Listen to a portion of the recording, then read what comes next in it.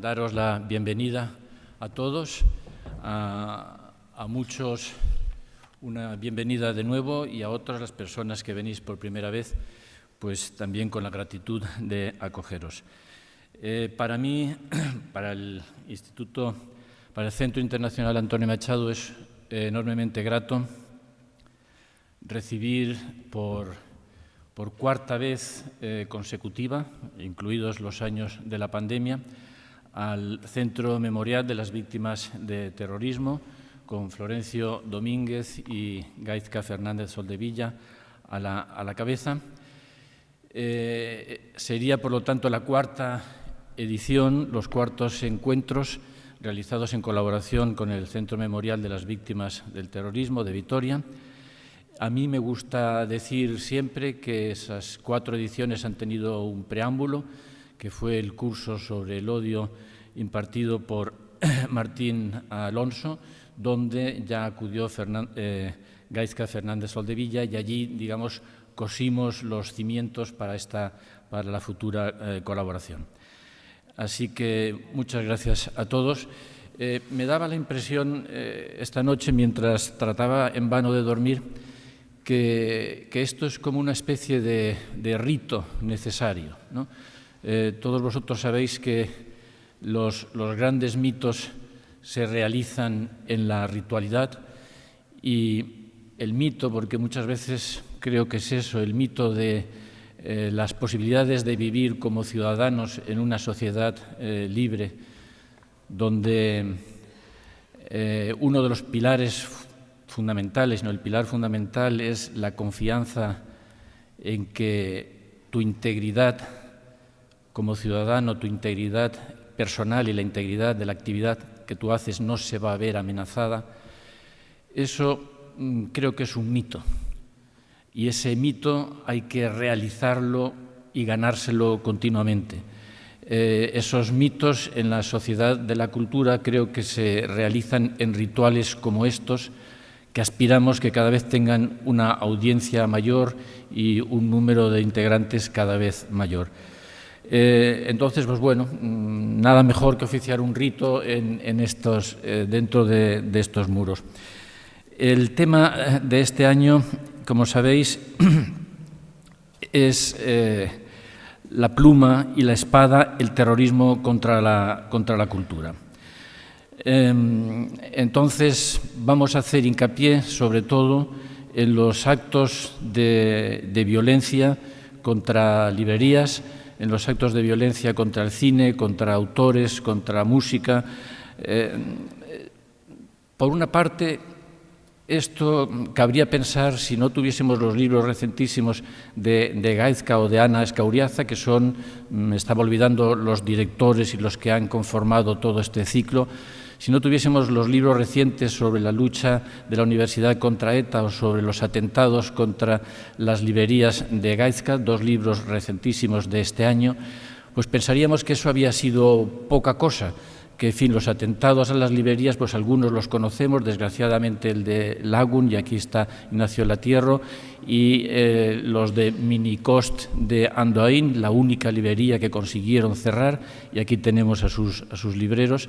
Pensaría uno que se trata de poca cosa, de entidades de poca monta, es decir, la superficie, la espuma más brutal, si se quiere, de los atentados y de la lucha violenta.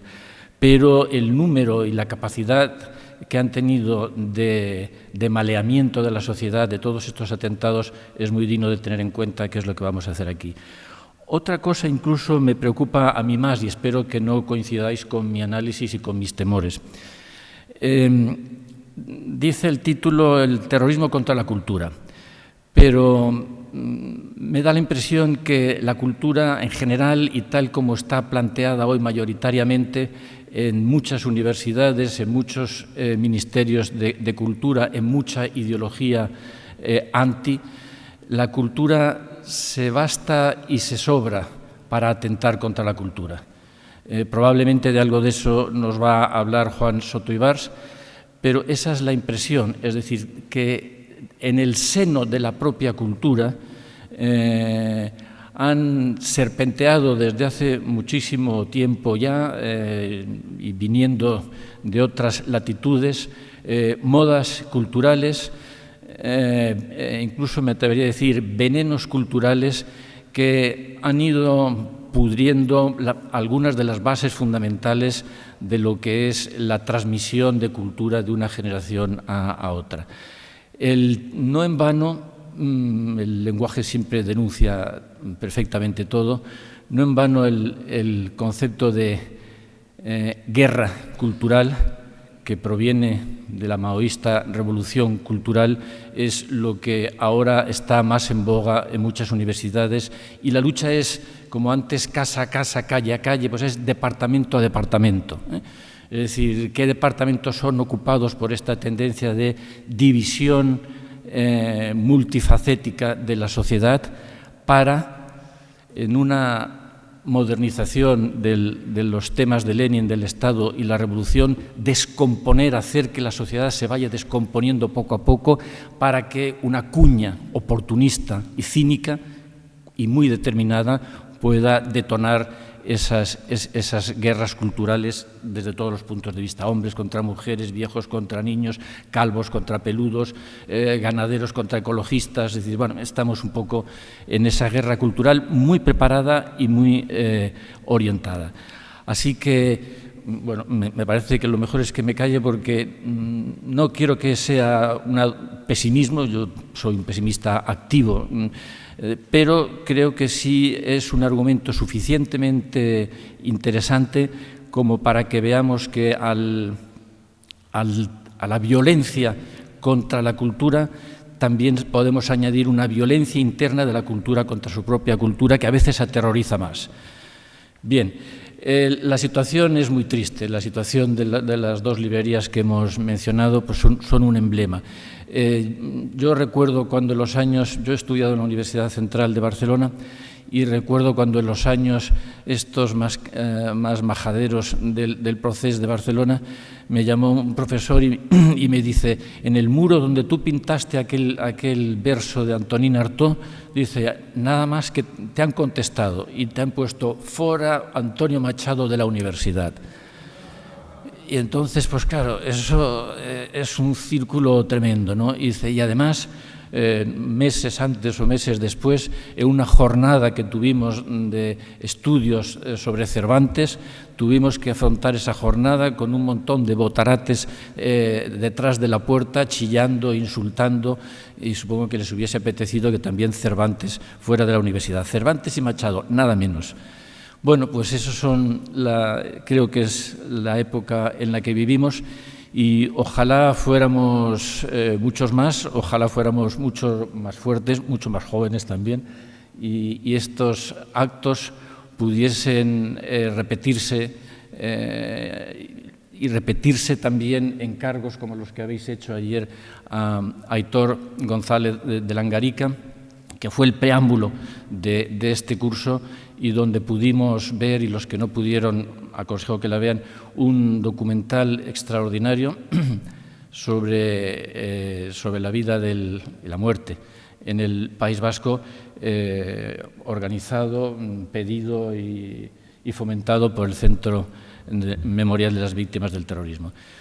Nada más que bienvenidos, y doy la palabra a Florencio Domínguez, que es el artífice, junto con Gaizka, de todas estas cosas. Florencio, tienes la palabra. Muchas gracias, José Ángel. Buenos días. Muchas gracias a todos ustedes por asistir a esta jornada, que, como decía José Ángel, es la cuarta que se organiza en colaboración entre el Centro Internacional Antonio Machado y el Centro Memorial. Este año lo hemos centrado en el terrorismo contra la cultura, para reflexionar y pensar todos juntos sobre esta cuestión. Cuando pensamos en terrorismo, la idea primera que nos viene es la de la organización que ataca al Estado, a los instrumentos del Estado, a los policías, a los jueces, a toda la estructura política a la que se enfrenta. Pero las organizaciones terroristas no solo atacan al Estado y a sus instrumentos en los que se consolida el poder, en los que se consolida una sociedad. También ataca a la sociedad civil, porque el terrorismo es incompatible con la pluralidad de la sociedad y con la libertad.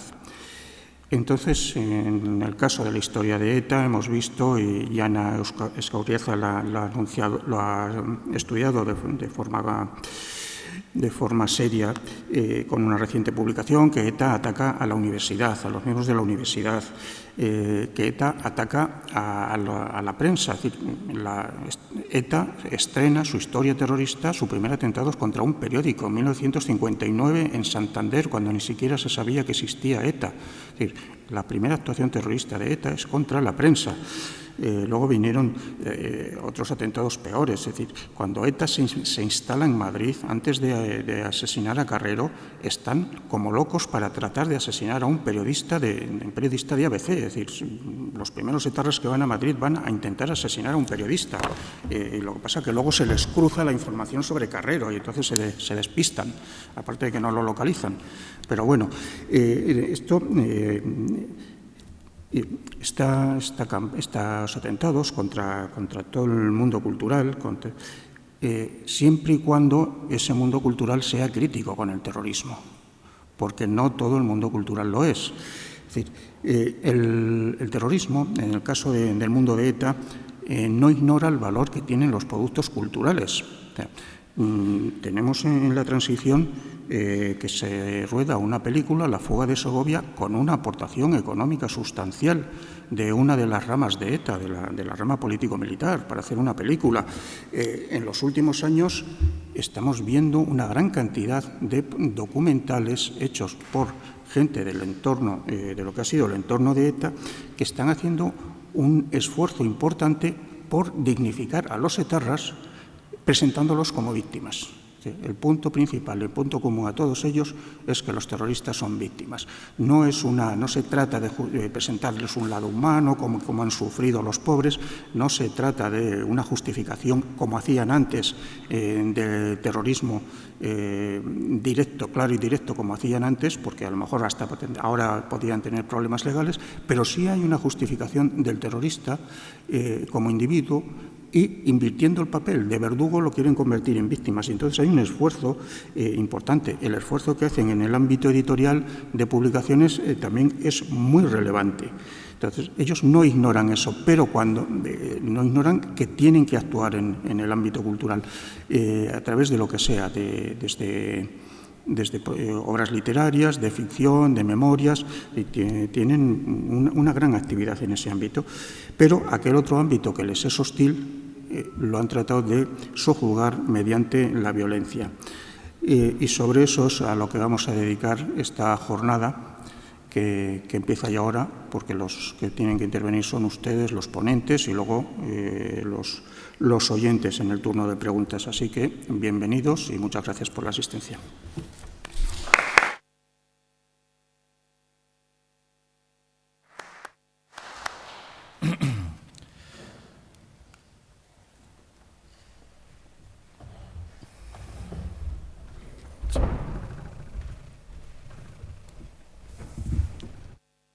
¿Quieres ponerte en el medio?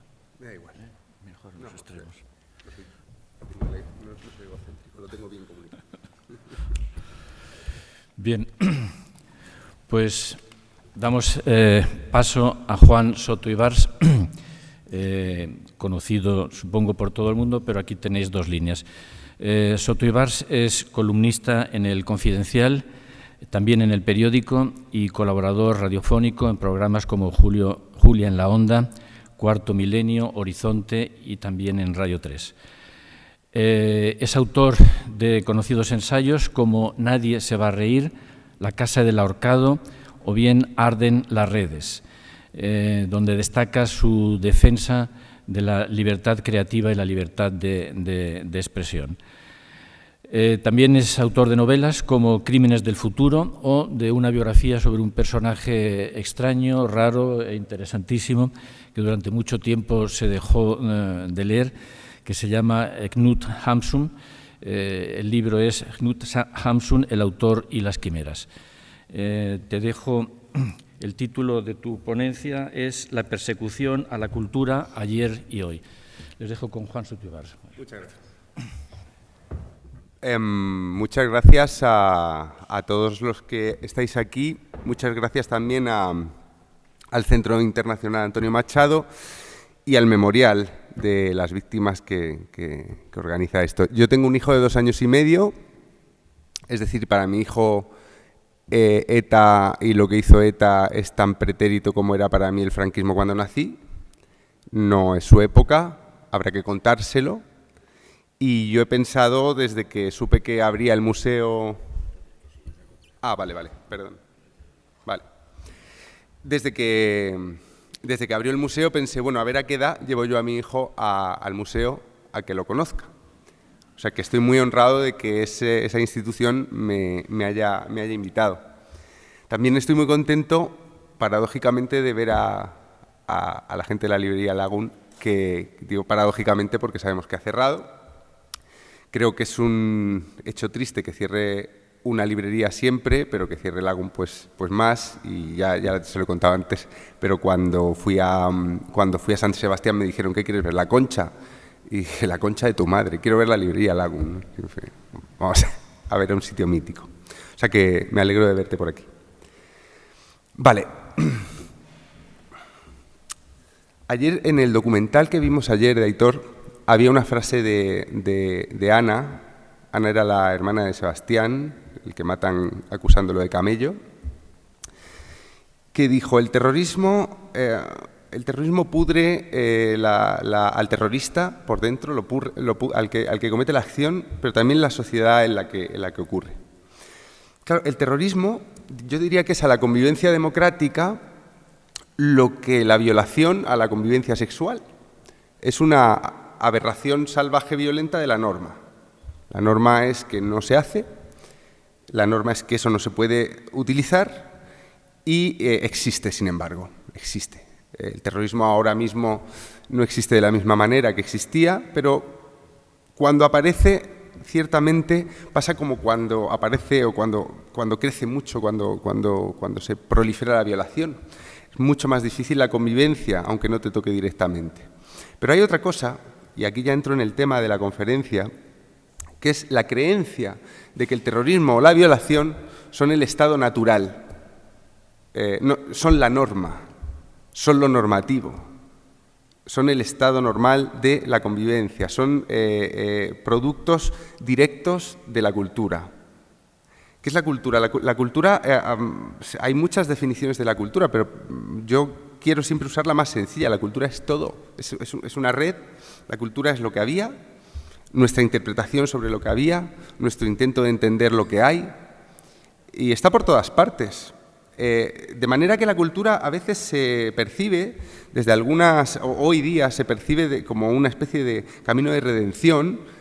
Se dicen muchas tonterías de la cultura, bueno, se dicen muchas tonterías de muchas cosas. Se dicen tonterías, la cultura salvará el mundo, el trabajo dignifica, yo no he oído una cosa más idiota en mi vida, la música te transporta, todos esos lugares. Bueno, la música sí me transporta a veces, si entro a un bar y hay reggaetón, me transporto inmediatamente a otro bar. O sea que esa sí que la puedo entender.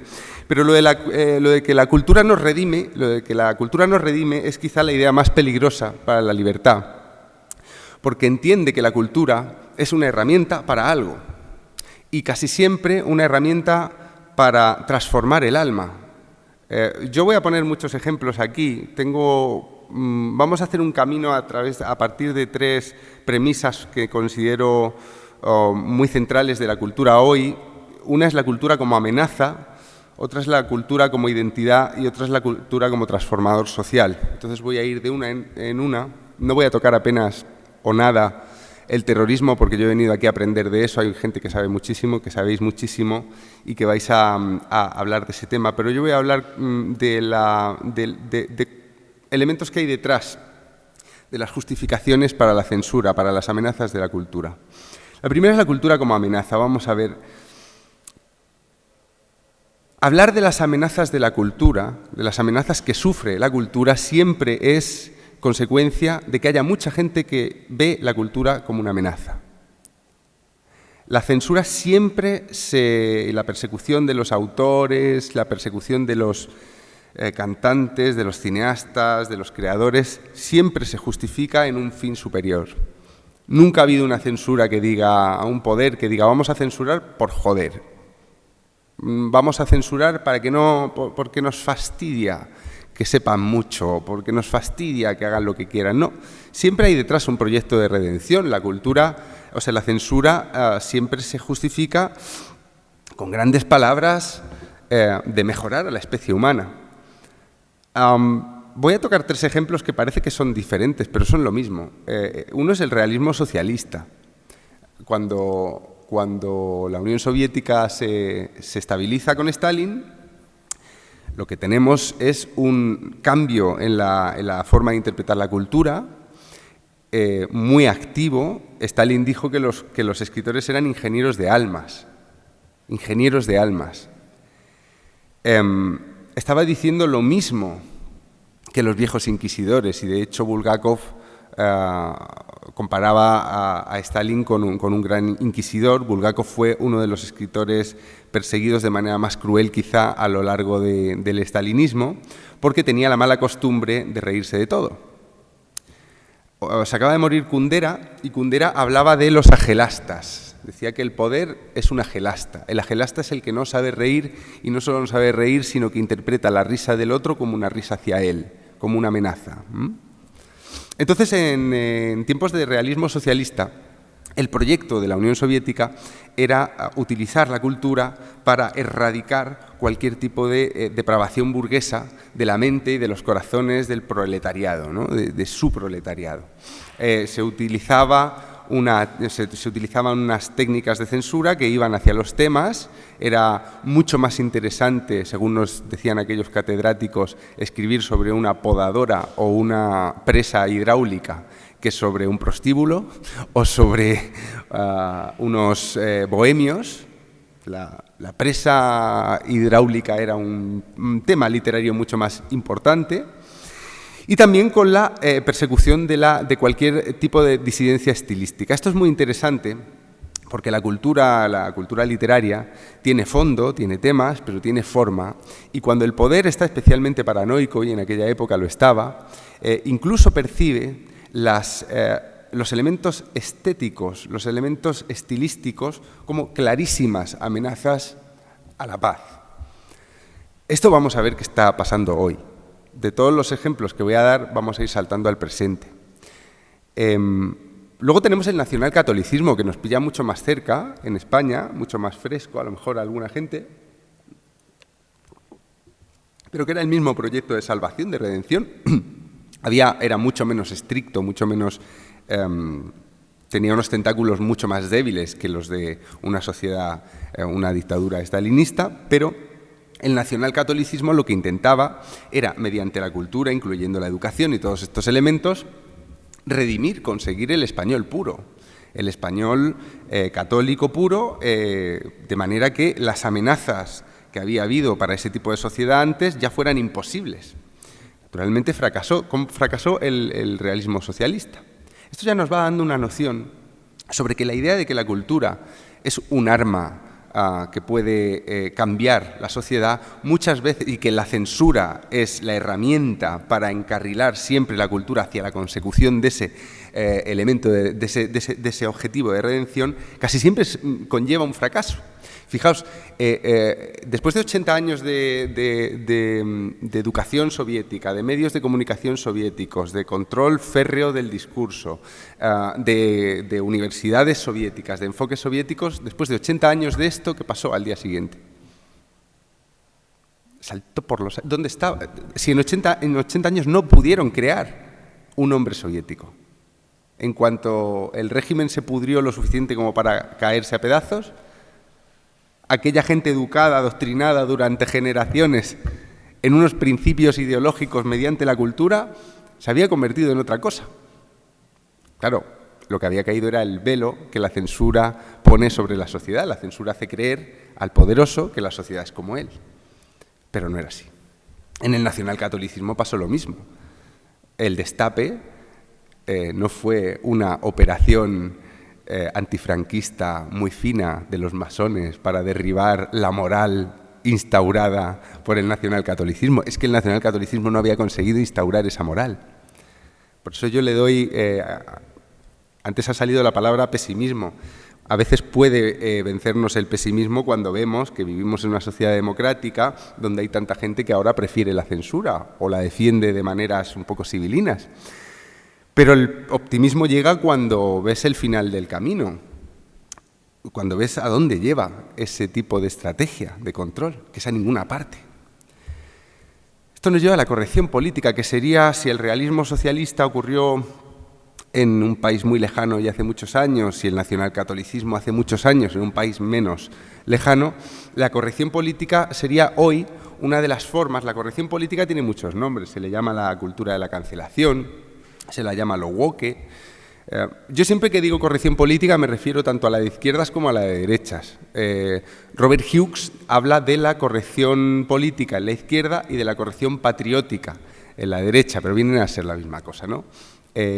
Son intentos contemporáneos por utilizar la cultura controlada, utilizar tijeras para controlar la cultura, de manera que esa cultura se convierta en un elemento de redención de las almas. Hoy no queremos ser buenos cristianos, no queremos ser buenos comunistas, hoy queremos ser buenos ciudadanos, tolerantes, diversos, y intentamos conseguir eso mediante la intransigencia, la intolerancia y la uniformidad ideológica. Va a ser un fracaso.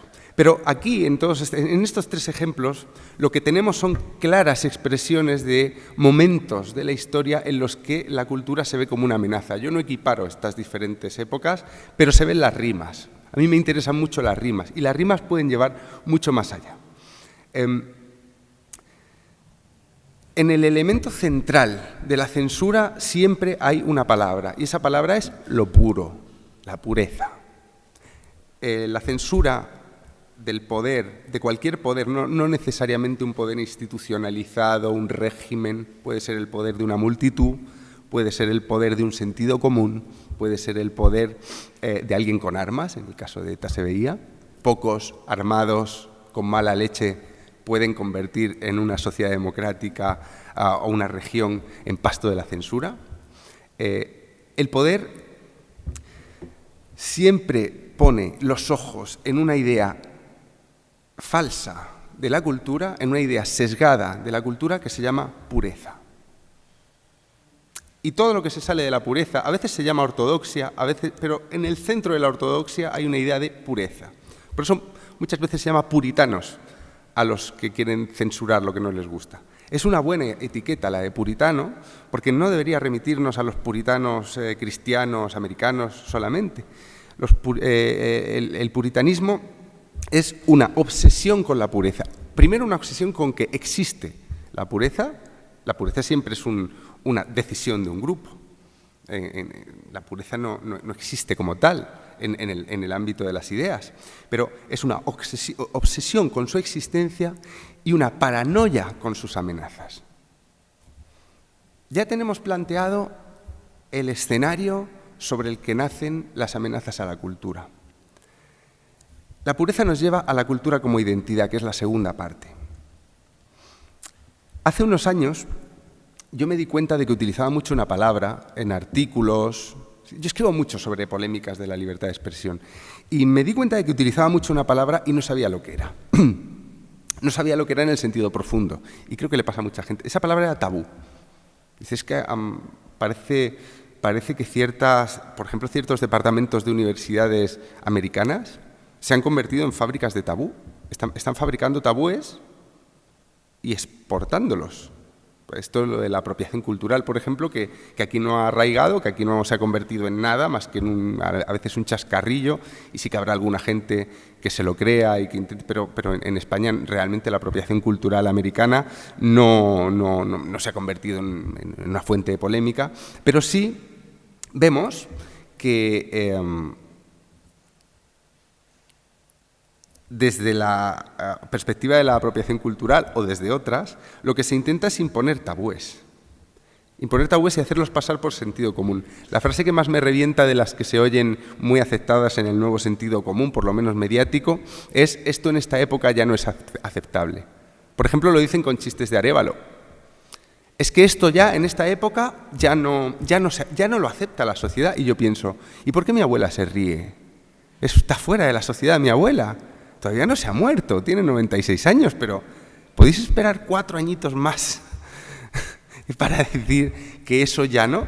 Eso ya no es aceptable hoy, eso ya no, la sociedad ya no lo acepta, la sociedad ahora lo repudia. Es una expresión de la pureza. La sociedad hoy ha avanzado tanto que la impureza ya no la tolera, pero es una proyección, es una falsedad. La sociedad es diversa. Arévalo llena teatros. ¿Quién hay ahí? ¿Quiénes son esas viejas que se ríen como caballos ante unos chistes que a la gente joven a lo mejor ya no le hace tanta gracia o a mucha gente joven ya no le hace tanta gracia? No, lo que nos están intentando imponer es un sentido común. Y si aceptamos ese sentido común, aceptamos una idea de pureza sobre nosotros mismos. Nos eleva. El caso es que yo utilizaba mucho la palabra tabú y no sabía lo que significaba, así que empecé a leer a los antropólogos. Y este fue un camino de estos de autoenseñanza, desordenada, poco académica, en el que fui leyendo caóticamente, tirando de la bibliografía de un libro, acababa en otro, etcétera, etcétera, etcétera, mucho sobre el tabú. Y fue muy bonito ver cómo el tabú que los antropólogos habían empezado a investigar en el 19, la palabra la había traído James Cook en un barco, como las enfermedades tropicales, y había causado mucha gracia en la metrópoli. Luego los antropólogos se dieron cuenta de que con el tabú pasaba una cosa muy interesante. El tabú es una palabra hawaiana, de lo que es Hawái, entonces era las Islas Sandwich, y utilizaban esa palabra, se dio cuenta James Cook, tanto para cosas, como para comidas, como para sitios, como para gente. Ellos decían tapu. Entonces, si James Cook iba a pisar, si los marinos que estaban allí habían llegado a aquella isla y se habían hartado de follar, porque los británicos pasaban mucho tiempo en el barco y lo que descubrieron es que aquella cultura, la cultura antigua hawaiana, tenía una idea del sexo muy diferente a la cristiana o a la británica, y que utilizaban el sexo como de una forma mucho más parecida a la nuestra, mucho más abierta, ¿no? Entonces, James Cook tuvo que prohibir a los marinos que tuvieran sexo con las indígenas, porque James Cook ya sabía que los marinos transmitían enfermedades. No quería llenar de gonorrea aquellas islas. Entonces, fijaos qué bonito, porque en aquel lugar donde encontró la palabra tabú, él ya estaba aplicando el tabú sobre sus marinos. Eso no se toca. Esto los antropólogos lo recogen, Freud también, para empezar a estudiar esta figura simbólica, el tabú, como la primera piedra de lo que llamamos cultura o civilización. Es la más primitiva de las distinciones. La cultura es los humanos somos dualistas. Cultura, barbarie, ignorancia, sabiduría, tabú, permiso. El tabú, dijeron los antropólogos, que podría ser la primera gran distinción. Y es el tabú del incesto, el primero. En todas las culturas, incluidas culturas que no tienen, que no son matrilineales en el árbol genealógico, o sea, donde tú no perteneces tanto a tus padres, a las ramas de tus padres, como al tótem que tiene asignada cada parte de la familia, incluso en culturas así, que no son padre, madre, hijo, primo, tía, el tabú del incesto existe. Y esto a Freud le fascinó. Y a partir de ahí empezamos a encontrar, empezaron los antropólogos, claro, pero empezamos a encontrarnos el tabú en las culturas más diferentes y más distantes entre sí. O sea que se empieza a pensar que el tabú no es algo, el tabú casi siempre que yo escribía sobre él me parecía algo molesto, porque detectamos los tabúes que queremos transgredir. Esto también lo dice Freud. Por eso son tabú, porque los queremos transgredir, ¿no? Y son los que más detectamos, pero nadie aquí tiene ganas de tener sexo con sus hijos o con sus padres. El tabú del incesto casi nunca nos viene a la cabeza cuando hablamos de los tabúes, porque está asumido. Es impensable casi la idea, ¿no? Vale. Pero el tabú también es un signo de distinción. Nosotros somos los que no comemos jamón y no tomamos alcohol. Son dos tabúes que lo que están es configurando un grupo, una frontera entre semejantes.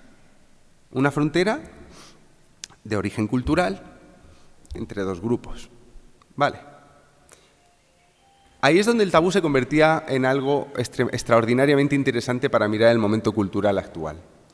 Si están proliferando los tabúes, es porque están proliferando las tribus, porque están proliferando los grupos que necesitan distinguirse de otros y que necesitan vigilar su pureza. En el documental de ayer se vio perfectamente. Cuando a Ana le matan a Sebastián, la convierten en tabú a ella. El tabú transgredido social es el asesinato. Y es tan horrible que algo hay que hacer. Siempre que se transgrede un tabú muy importante, la sociedad tiene que reaccionar, tiene que irse a otra parte. O sea, Edipo se saca los ojos. Edipo se saca los ojos. Bueno, pues cuando Eta mata a Sebastián, Ana se convierte en tabú. Se le niega el saludo, se le niega la compasión, se le niega el cuidado, empieza a verse rodeada de silencio, empieza a convertirse ella misma en tabú. O sea, el tabú es contagioso, la transgresión del tabú es contagiosa, algo hay que hacer, y en aquel momento de terror en el País Vasco, Ana es la que acaba convirtiéndose en un tabú. Esto lo han contado casi todas las víctimas del terrorismo, cómo se les hace el vacío en el momento, cómo se vuelven intocables, es decir, cómo se convierten ellas en tabú. Vale, ahí lo tenemos. Ahí tenemos el tabú como rasgo distintivo entre purezas, como rasgo distintivo entre grupos que aspiran a la pureza. Entonces, para no contaminar mi pureza, tú ya no puedes ser tocada. Lo que te he hecho es tan horrible que tú ya no puedes ser tocada. Esa es la lógica detrás, esto está estudiado por la antropología, es la lógica detrás de lo que ayer oímos en el documental de Aitor con Ana. Pero también el grupo se tiene que vigilar a sí mismo. Estábamos hablando de la cultura como identidad, es el epígrafe de esta parte. Entonces, claro, dentro de un grupo también hay mucho tabú, también hay unas fronteras muy claras. El fanático de una idea siempre detesta más al que se desvía un poco de esa idea, al heterodoxo, que al apóstata o al enemigo o al totalmente diferente. Aquí tuvimos las guerras de religión en Europa. Las guerras de religión nos ponen encima de la mesa la herejía, que es otro concepto que parece antiguo, pero que está muy presente en el mundo cultural actual, que nunca ha dejado de estarlo, de hecho. Y la herejía es la desviación pequeña de la ortodoxia. ¿Vale? Esa es la herejía. Yo siempre recurro a los que saben, y en este sentido, sobre la herejía, mi libro favorito es de un inquisidor que se llama Frau Emmerich, y era de inquisidor general de Gerona, hace pues 600 años. Está más fresco su texto. Muchas veces cuando leo sobre las polémicas en las universidades donde trabajáis, por ejemplo, digo qué fresco está el texto de Frau Emmerich, porque allí habla de la herejía como una amenaza mortal a lo que es la Iglesia. Claro, y esto ya nos está hablando de cuándo suceden este tipo de crecidas del movimiento censor. La herejía, la obsesión con la herejía, la quema de los herejes, la Inquisición, es una reacción a la imprenta. ¿Y qué hace la imprenta? Liberalizar el texto. La imprenta se parece mucho a las redes sociales, si lo pensáis. La imprenta es un salto tecnológico que rompe el control que un grupo poderoso tenía sobre el discurso. La imprenta hace muy fácil que los pasquines se multipliquen. Y esto genera un pánico en la institución que tenía el monopolio del saber en Europa, que era la Iglesia Católica, del Cristo bendito, nunca mejor dicho. Y hay que perseguirlo. ¿Y por qué hay que perseguirlo? Porque esos pasquines, lo que hace Lutero, lo que hacen todos estos herejes, es amenazar la integridad, la pureza de lo que somos. Es una amenaza mortal a lo que somos. Y por eso se defiende con la muerte, dando la muerte, persiguiendo. Pero ¿qué pasa luego cuando persiguen a Calvino? Calvino se consigue huir hasta Ginebra, él quiere seguir su viaje, pero en Ginebra descubre que tiene una oportunidad, y tiene una oportunidad de atrincherarse y hacerse fuerte. ¿Y en qué se convierte el hereje perseguido en Ginebra? En un inquisidor. Lo primero que hace es quemar a Miguel Servet. O sea que esto nos dice, la cultura como identidad, que cuando se produce una herejía se produce una persecución inmediatamente. Pasa en todos los grupos que aspiran a la pureza. Pero el hereje muchas veces aspira a lo mismo. El hereje aspira a construir una pureza, una fuerza a su alrededor. O sea que realmente sí era una amenaza. Antes ha salido la palabra guerra cultural. No se está rimando absolutamente la guerra de religión con una guerra cultural. Fue una guerra cultural. Un poco más heavy que la que tenemos ahora, que te gritan por Twitter. Entonces a lo mejor te metían en una mazmorra y cosas de estas, ¿no? También era más divertido. Pero, como veis, el tabú está hablándonos de la cultura como identidad. El tabú es la frontera que nos separa de los anormales, de los otros, de los que no queremos ser. Y la herejía nos permite ir expulsando a los que creemos que no son suficientemente de los nuestros como para seguir con nosotros. Y los herejes acaban fuera de la ciudad, son tantos que acaban creando otra ciudad y te declaran la guerra. Los departamentos que hay en Estados Unidos lanzando ese veneno cultural de la apropiación cultural sin mucho éxito, por lo menos en España, pero que en Estados Unidos sí que ya lo de la apropiación cultural es una acusación como para tomarse en serio si te la hacen. Es una acusación de herejía bastante importante en los departamentos actuales, sobre todo de humanidades, de las universidades. Hay un libro que está muy bien, que es el de Josh Lukianoff, que se llama La transformación de la mente moderna. Es un libro debe tener 5 o 6 años o así, y está muy bien si queréis enteraros bien de cómo está operando todo esto en la universidad. La idea de la apropiación cultural es una idea que casa con el nacionalismo, es un nacionalismo cultural, es atribuir, es patrimonializar la cultura. La cultura no es algo que se transmite entre humanos y se ensucia, y cambia, y se enriquece, y se empobrece. No, la cultura es un patrimonio que hay que defender de los que te lo quieren robar. Es decir, la cultura es lo mismo para esta gente que la identidad. La identidad es algo que hay que defender de los que te la quieren robar, machacar, mancillar. El caso más divertido de apropiación cultural y donde se ve mucho como una de las mayores amenazas de la cultura es verla como identidad, es el que le pasó a Janine Cummings, que es una escritora de 3 al cuarto. Su novela no me gustó demasiado. Pero bueno, es una escritora que escribió una novela hace, no sé, 10 años o menos, sobre un grupo de mexicanos que intentan pasar la frontera con Trump. O sea, claro, tuvo que ser menos de 10 años, claro. Pues saldrían 17, 18, en el año 17 o 18, 5 años. Esta novela cuenta las desgracias, las desventuras de un grupo de migrantes mexicanos que quiere llegar a Estados Unidos, a American Dirt, el polvo americano, ¿no? Es que llevan cuando van cruzando el desierto. Y es una novela bestseller, está muy documentada, pero tenía un problema Janine Cummings, que es blanca. Esto es un problema muy grave. Porque como ahora hay racismo otra vez, pues se la acusó de apropiación cultural.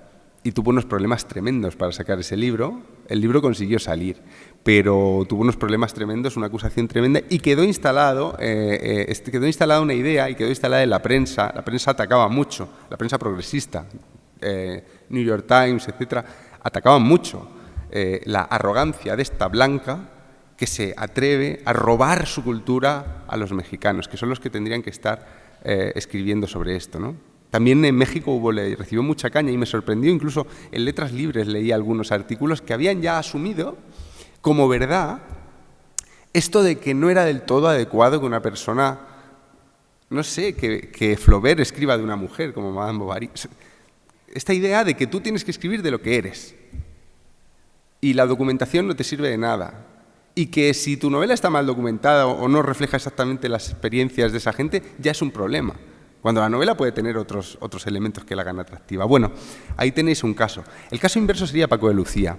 Ante la acusación de apropiación cultural que hoy, o sea, ante esa defensa de la cultura como identidad, de la cultura como con una pureza en el centro que hay que defender, Paco de Lucía no hubiera tenido mucho futuro. Porque Paco de Lucía metió en el flamenco algo que hoy nos parece, y hoy que parece a los puristas, propio del flamenco, y es el cajón flamenco. El cajón flamenco venía de Perú y de Cuba. Paco de Lucía metió eso en el flamenco, causando el espanto de los puristas de entonces. Y hoy nos parece, los puristas defienden el cajón flamenco porque creen que siempre estaba allí, creen que era suyo. A Rosalía la acusaron de apropiación cultural. Fue el único caso en España que más o menos hubo gente que se tomó en serio a una acusación aquí de apropiación cultural. Hubo gente que le rió la gracia a esa acusación. No tuvo ningún éxito, algo se ha caído. No tuvo ningún éxito, pero fue el único caso donde aquí se vio. Y entonces, naturalmente, se respondió a esa acusación con Paco de Lucía y el bien que ha hecho, el mestizaje, la guarrada, el ensuciarnos a la cultura. Vale. Detrás tenemos, ya como tercer escalón, tenemos esa idea de la cultura como un transformador social. Vamos a ver. Podemos pensar dos cosas de la cultura y no son incompatibles. La cultura cambia el mundo o la cultura es el mundo. O sea, cuando cambia la cultura es que ha cambiado el mundo, como simultáneo. Cuando se dice mucho en el mundo del arte pictórico, que todos los movimientos de vanguardia de principios del siglo XX cambian la forma de pensar de los europeos.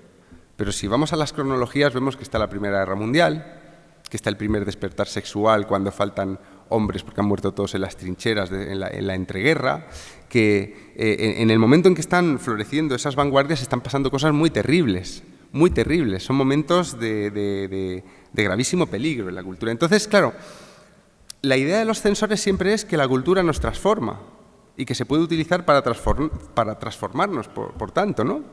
Pero hay otra idea que es la que yo más comparto, que es que la cultura lo que nos está es informando sobre lo que hay.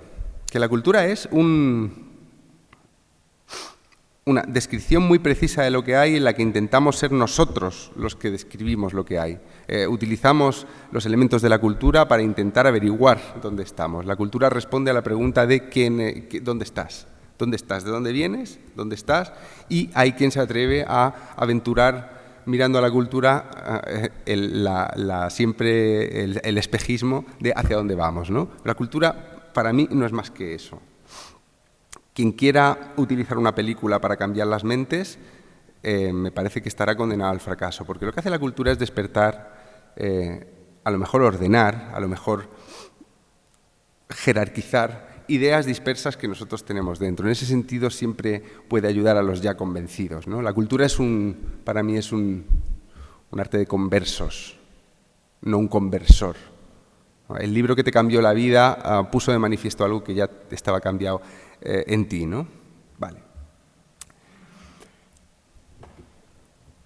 La cultura como transformador social.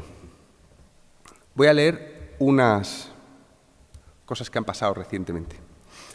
En Valdemorillo, una concejala de Vox quita la representación de Orlando, que habían adaptado Orlando de Virginia Woolf, la quita del programa.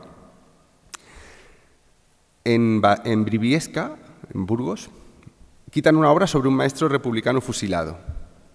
También la nueva concejalía de cultura, creo que ahí es del PP. En Cantabria, en un pueblo también, quitan la película Lightyear, que es la secuela de Toy Story, y porque hay un beso entre dos chicas. Esto tampoco le gustó a los ayatolás y tal, y en los países del Golfo Pérsico no está permitida esa peli por ese beso que son 0,2 segundos. Muy rápido hay que estar para la masturbación, si quieres que ese beso sea un contenido sexual, porque es que es el beso más casto que os podáis imaginar. Bueno, pues en Cantabria, en un pequeño pueblo, también lo quitan del cineclub por eso. A Anne Perelló le han censurado su obra sobre trastornos alimenticios en Baleares. Está lo de Getafe y Lope de Vega, que no se censura a Lope de Vega en Getafe, sino que se censura una representación teatral de una obrita de Lope de Vega, donde aparece en escena, en ese montaje, una pene gigante y una vagina gigante, y esto escandaliza a la nueva Concejalía de Cultura y también prohíben esa representación, ¿no? Y antes de las elecciones estuvo Paco Becerra, un dramaturgo, estaba programado en los teatros del Canal de Madrid, en la Tierra de la Libertad, en Madrid, lo de Ayuso, y le quitaron también la obra, le censuraron la obra a Paco Becerra porque era una obra blasfema sobre Santa Teresa de Jesús, ¿no? Y también luego se lo cargaron en el Festival Eñe a este autor, después de que protestara y recorriera los medios de izquierdas hablando de la libertad de expresión, pues el Festival Eñe también se le... Estos han sido todos los casos de censura de derechas que han sucedido últimamente. Por eso se está escribiendo mucho en los medios de izquierda sobre censura. Vale. Os voy a leer los hechos de los años anteriores sobre los que no se dijo nada. A Jorge Cremades en Elche y un montón de teatros de toda España le cancelaron sus obras por machista. El documental Silenciados, que habla de los hombres, del maltrato doméstico a hombres, fue censurado en el Festival de Cine y Derechos Humanos de Barcelona y nadie dijo nada.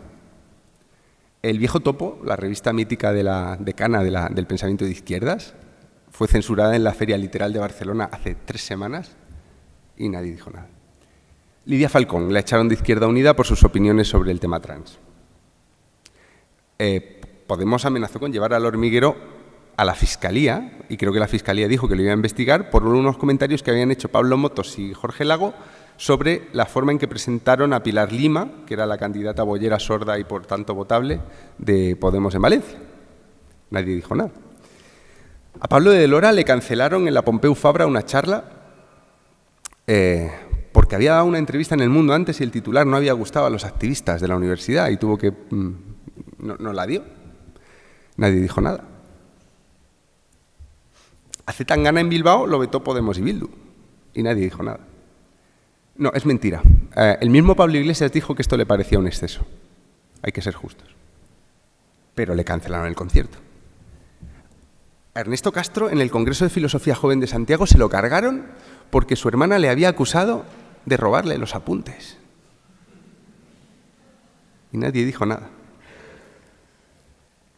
Hubo un linchamiento digital, claro. No fue solo la hermana lo lanzó a Instagram y Ernesto Castro se convirtió en el enemigo de todas las hermanas con apuntes o algo así. Se lo cargaron. Yo le dedico mi último libro a Nadie se va a reír, a Anónimo García y el Tour de la Manada. No lo voy a explicar porque es muy largo, pero es un activista, artista, condenado a cárcel por un artículo que nunca se había puesto en marcha contra la libertad de expresión, un artículo que está pensado para torturas, se le condena a cárcel y nadie dijo nada. Hasta que yo saqué el libro, nadie dijo nada. Y con el libro en la calle, mucha gente que ahora está hablando de la libertad de expresión tampoco ha dicho nada. Después de esta larga lista os voy a decir por qué la estoy haciendo, pero creo que es evidente.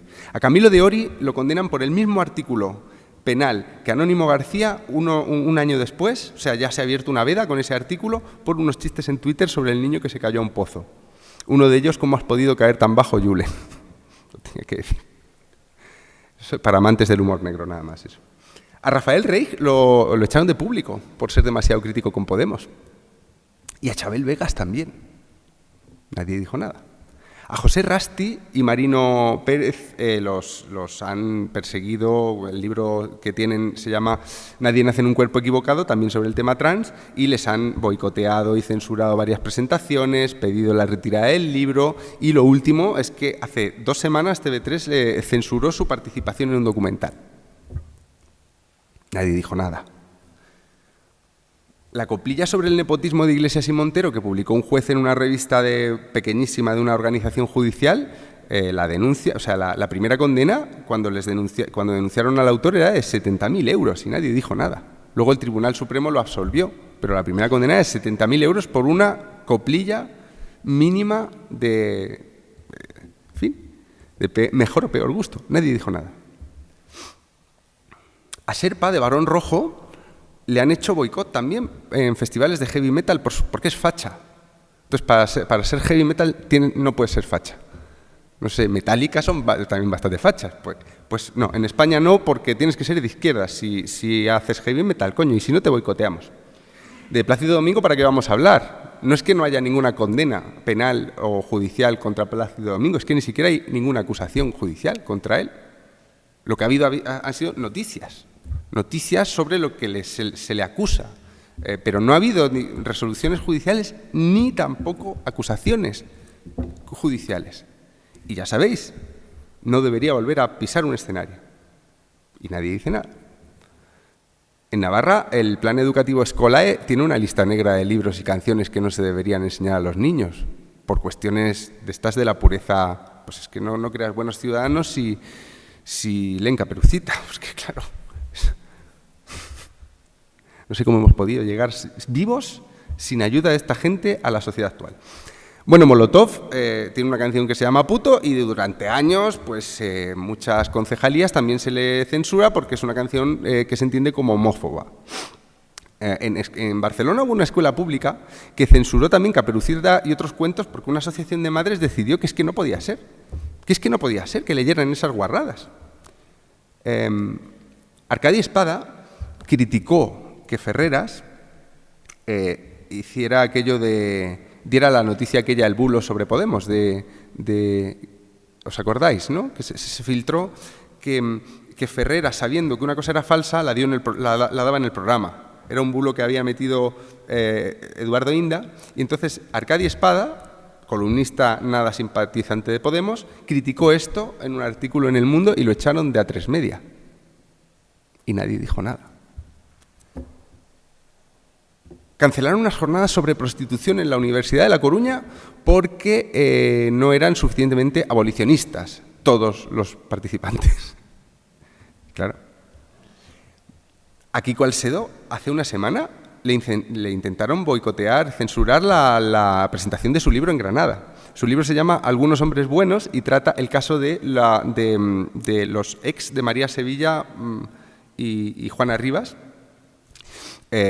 Cuenta estas historias desde esos puntos de vista, también trata a otros que sufrieron la denuncia falsa en temas de divorcio, y su libro pues está muy bien, se le presentó el Colegio de Abogados de Granada y dentro del Colegio de Abogados hubo presión para que no se presentara el libro y nadie dijo nada. Salieron noticias, las típicas noticias que parece que denuncian algo y en realidad están llamando a que más gente se sume al boicot. Noticias como piden cancelar la presentación del libro que dice que son todas unas cabras.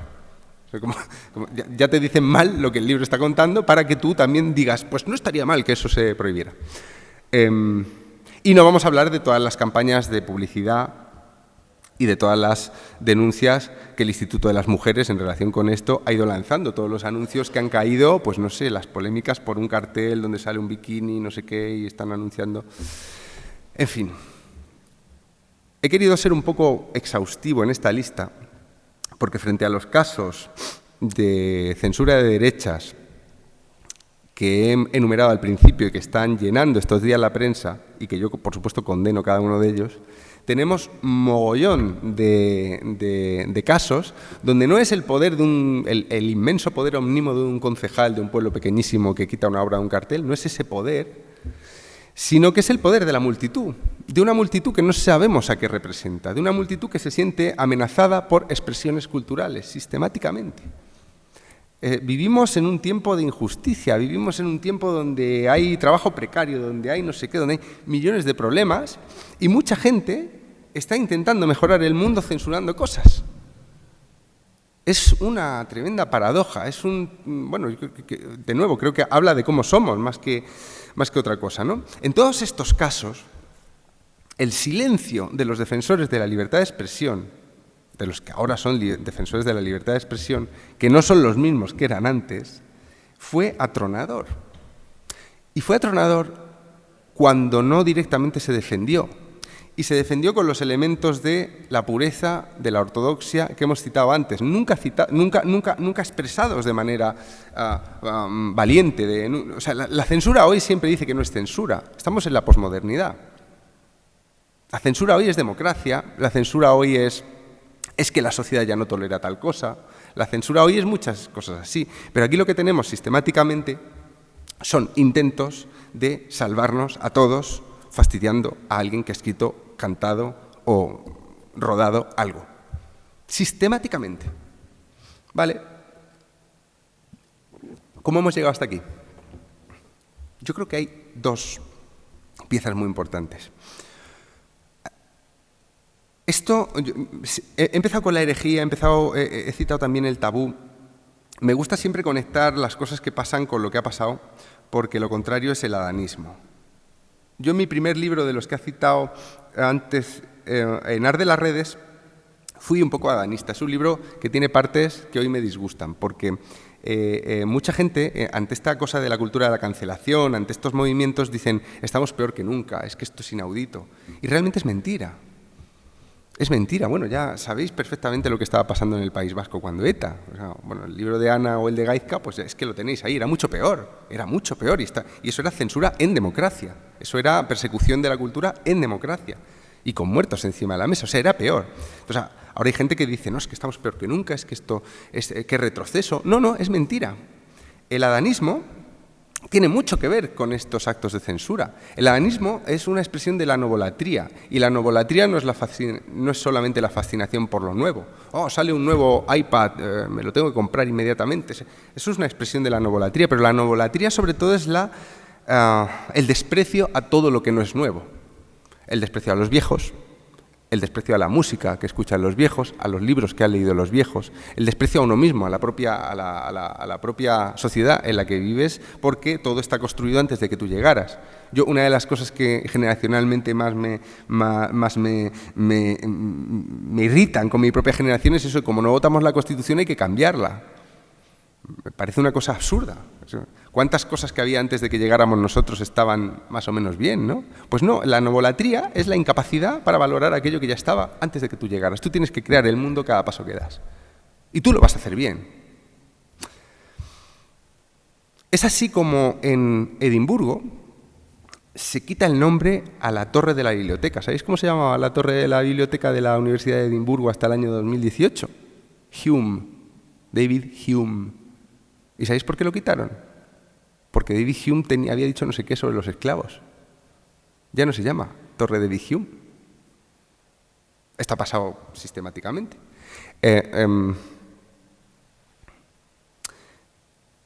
Estoy intentando recordar de quién es la frase de si me quitaran todos los derechos salvo uno, me quedaría con la libertad de expresión, porque con ese derecho podría conquistar todos los demás otra vez. Es uno de los padres fundadores de la Constitución americana. ¿Cuál es? No me acuerdo. Vale. A este tío le han quitado las estatuas en Estados Unidos por su relación con la esclavitud típica de la época. La novolatría, el adanismo, es una desconexión con lo que la cultura de verdad es. O sea, a medida que la cultura se convierte en un rasgo de propiedad, de patrimonio, en algo que se parece al nacionalismo muchísimo, a medida que la cultura se convierte en eso, en lo nuestro, en lo que nos distingue, en lo que tenemos que proteger, su pureza interna de las amenazas, también a medida que la cultura se convierte en un arma para transformar, para ingenieros de almas otra vez, a medida que todo eso pasa, lo que tenemos es una generación que cada vez está más desconectada de lo que realmente culturalmente somos, que es el resultado de una jugada de billar eterna, ¿no? Donde las cosas se van mezclando, donde se ordenan, se desordenan y donde, bueno, donde no sabes dónde está el Mediterráneo o el Egeo hasta que no lees la Eneida y la Odisea. Es que es, ¿no? Solo puedes escribir una novela novedosa si no has leído las anteriores, porque si las lees vas a ver que ser novedoso ya es muy difícil, ¿no? Vale, en tiempos de novolatría, en tiempos de adanismo, de novolatría, de desprecio hacia lo que la cultura de verdad es, que es la posibilidad de saber dónde estás, y de visión de la cultura como un martillo con el que podemos reformar esta cosa inmoral y malvada que es el ser humano, en tiempos así es donde la censura cambia de forma, cambia de percepción. Hubo un programa en televisión española hace 2 años que se llamaba ¿Quién se ríe ahora? O algo así, y donde un grupo de chicas muy jóvenes explicaban por qué ya no nos podemos reír de martes y 13 y de cosas de estas. Y este programa se vendió como algo muy positivo. Y continuamente leo en El País, o leo en el diario.es, o leo en el New York Times, o leo en el Guardian menos, artículos que nos dicen por qué no está mal.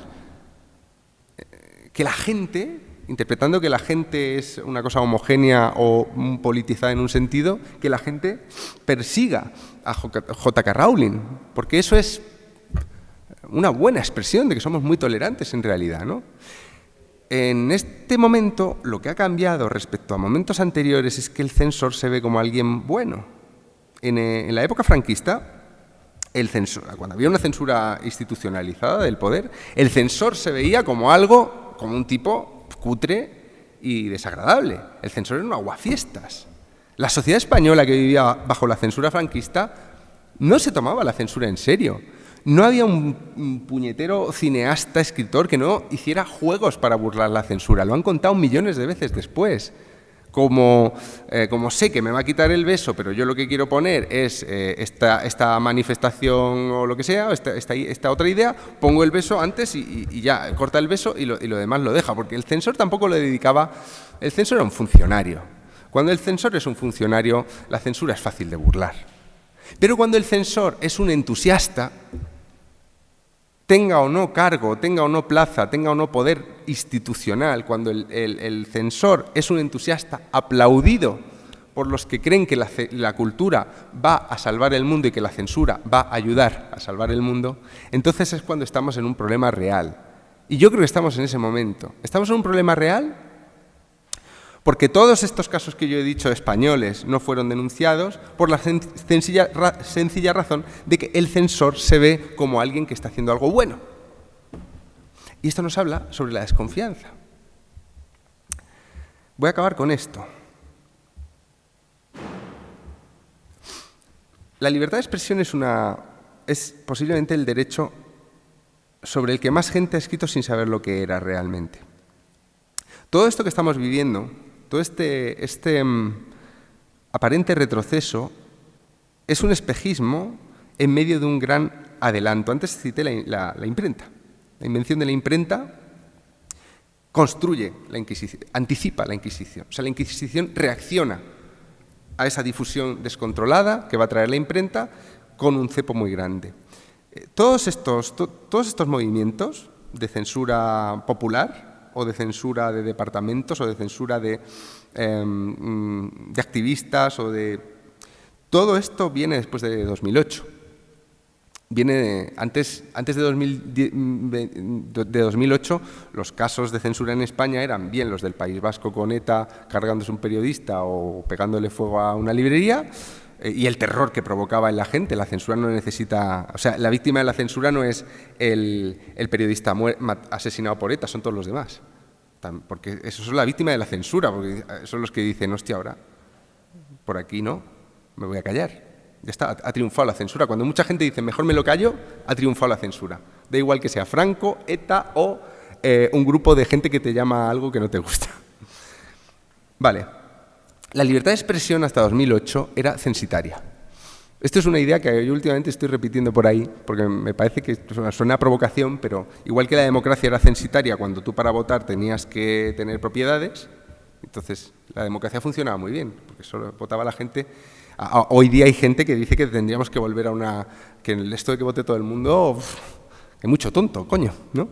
Y hay gente que está empezando como a preferirlo, ¿no? Bueno, pues la libertad de expresión era censitaria porque tú para acceder al ágora, al discurso público, tenías que pasar filtros. Y los filtros eran de quien tenía los medios de comunicación. Entonces tú podías llamar a una radio a decir lo que quisieras, tú tenías libertad, pero a ver lo que decías. Y si no te dejaban entrar en la radio, pues no accedías, no tenías libertad de expresión. Pero con las redes sociales, con la invención de las redes sociales, pues claro, esto es como un salto de imprenta. Ahora todo el mundo puede hacerlo. Ahora hay una ágora que es abierta, que no tiene filtros y donde todo el mundo puede decir lo que le salga de las narices. Entonces, en un primer momento, las redes sociales, cuando se popularizan, realmente traen la libertad de expresión más absoluta que se ha visto nunca. Y lo que descubrimos es que no lo soportamos. Porque, claro, rompe la cortesía. Tú, con tu vecino del quinto que te saludas en el ascensor, hola, buenos días, tal, pues ahora sabes lo que piensa de los gays. Ahora sabes que piensa cosas que te resultan insoportables a ti, que es lo contrario que tú. Y entonces esto empieza a minar la confianza que tenemos unos de los otros. O sea, yo no recuerdo un momento en el que haya sido tan necesario decir yo estoy en contra del maltrato a las mujeres como ahora, o yo estoy en contra del racismo. Es como que hay que poner encima de la mesa lo que antes era un sentido común, yo creo, ¿no? No hacía falta especificarlo, se entendía que en los derechos humanos estábamos todos y había gente que pensaba distinto sobre ciertas cuestiones políticas o soluciones o tal, pero que vamos, que lo común era lo común. Y ahora parece como que hay que ponerlo encima de la mesa porque hemos entrado en un terreno de desconfianza grandísima. Ahora no solo se piensa que el que piensa diferente a ti es más tonto, que eso ha pasado siempre, somos muy vanidosos. No, es que ahora se piensa que está amenazándote y que sus expresiones culturales son una amenaza para las tuyas. ¿Vale? Pues así es como hemos llegado hasta aquí. Con un gran salto adelante de la libertad de expresión, ha habido un gran salto adelante de la censura, como ha pasado tantas veces con un gran salto, digo, en la libertad de expresión técnico, ha habido un gran salto en la censura, como ha pasado tantas veces, y la profusión de expresiones extremas en este nuevo medio tecnológico ha provocado una gran desconfianza en la gente hacia la libertad de expresión. Se ha empezado a ver, y por tanto hacia la cultura. La libertad de expresión y la cultura son vasos comunicantes, ¿no? Entonces, estamos en un momento muy difícil en el que tenemos que vivir en la paradoja de asumir que nunca hemos tenido tanta libertad de expresión como hoy, que no hemos tenido tantos medios para, por ejemplo, publicar libros. Nunca ha sido tan fácil publicar un libro como ahora. Hasta te lo puedes autopublicar en Amazon. Te puedes abrir un canal de YouTube y convertirte en un comunicador más importante que en términos de audiencia que Iñaki Gabilondo. Eso lo puedes hacer ahora. Está todo lleno de advenedizos, de gente que se ha metido ahí. Claro, en un mundo así, donde es tan fácil acceder, donde hay tantas posibilidades, es donde hay más miedo, muchas veces, a decir lo que uno piensa, porque la misma herramienta que permite a todo el mundo participar es la misma herramienta que genera unas fuerzas de censura tremendas que asustan muchísimo, las cancelaciones, los linchamientos, todas estas cosas, y que consiguen que instituciones fuertes, como puede ser una empresa, despidan a un trabajador por haber expresado una opinión. Ahora lo están intentando con una de Orange, no sé si os habéis enterado, hay una directiva de Orange que dijo que votaba a Vox en una entrevista, y hay una campaña, una campaña muy gorda, de gente etiquetando a Vox, a Orange para que la echen. Gente dándose de baja de Orange porque hay una directiva que vota a Vox. Bueno, la misma herramienta, al final estamos hablando de libertad de expresión. La gente que siente un gran repudio hacia esto también tiene derecho a expresarlo, ¿no? Y a pedirle a Orange que despida a la empleada. Y si Orange la despide, habrá cedido a la censura de las opiniones políticas de sus trabajadores. Fijaos qué momento tan paradójico. Qué difícil es decir si estamos mejor o peor. Tenemos la sensación de que la libertad está peor porque hay más gente que tiene libertad para afearnos lo que acabamos de decir. Es una paradoja absoluta. Pero en esta paradoja lo que no es relativo, lo que no es contradictorio, es que la cultura tiene una amenaza más potente, más poderosa, que tuvo a lo mejor en regímenes más autoritarios. Y es que la mezcla de novolatría, de adanismo, que al final es una forma de decir incultura, ignorancia, desconexión con el pasado, desconexión con el suelo que pisas, la mezcla de eso y de sensación de amenaza, de que los otros son una amenaza, de tribalización, de repliegue en los que se parecen mucho a nosotros, esto lo estamos viendo, ¿no? Los gays con los gays, los heteros con los heteros, las mujeres con las mujeres, los hombres con los blancos con los blancos, los catalanes con los catalanes, no sé, como habías dicho tú antes, nos estamos tribalizando por todas partes. Bueno, pues la mezcla de una visión de la cultura como un arma, como un transformador social, un desconocimiento de los rudimentos de lo que hay dentro de la cultura, de tu propia cultura, la fascinación con el nuevo mundo, con el nuevo hombre, con el nuevo ser humano, que tiene que ser de esta manera para caminar hacia el futuro. Todo esto sí que se ha convertido en un enemigo de la libertad y de la cultura tremendo. ¿Cuánta gente tiene hoy miedo a decir lo que piensa? ¿Cuánta gente tiene hoy miedo en la universidad a investigar lo que le interesa? ¿Cuánta gente sabe hoy que no hay un límite legal a lo que tú puedes decir, pero sí hay un límite terrible que puede convertirte a ti en tabú? O sea, ¿cuánta gente sabe, ha asumido que esta idea que los antropólogos dijeron, ya conecto con el principio y cierro, esta idea que los antropólogos dijeron de que la persona que transgrede el tabú se convierte en tabú ella misma? La persona que toca lo intocable se convierte en intocable. Este es el funcionamiento básico del tabú. ¿Cuánta gente ha asumido eso en términos de cultura? ¿Qué enemigo formidable tiene la cultura cuando tanta gente sabe que tocar eso le va a convertir en intocable y prefiere no tocarlo? Toma la decisión, responsable de una manera individual y responsable de una manera colectiva, de ceder. ¿Cuánta gente está cediendo a vuestro alrededor? ¿Cuánta gente está cediendo a vuestro alrededor ante una censura y cómo de claro tenéis que vosotros no cederíais en la misma situación, ¿no? ¿Cuánta gente está dando el paso atrás? ¿Cuánta gente está decidiendo no meterse en líos por una amenaza que es arbitraria, que es imprecisa? ¿Cuánta gente? ¿Qué asusta más? ¿Saber que te van a poner una multa de 25.000 euros si escribes ese artículo? ¿O no saber lo que te va a pasar? No saber si vas a tener 4 insultos en Twitter, o te van a echar, o te van a arruinar. No saber cuándo acaba el castigo, ¿no? ¿Qué es peor? Bueno, pues en esas estamos. En esas estamos. A partir de ahora van a hablar de amenazas mortales que hemos vivido. Hay que poner la memoria ahí para no exagerar tampoco en lo que nos está pasando, ¿no? Pero yo ahora, para el turno de palabras, sí que os dejaría una pregunta y me gustaría saber lo que pensáis respecto a las amenazas que hubo y de las que vais a hablar después a la cultura y las amenazas que hay. ¿Dónde colocaríais cada una? ¿Qué os parece más peligroso para pensar? Y con esto, como estamos aquí, os digo que podéis ir en paz.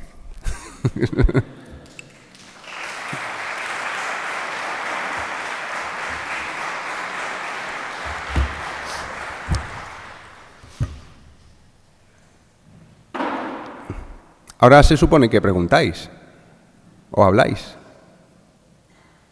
¿Hay un micrófono?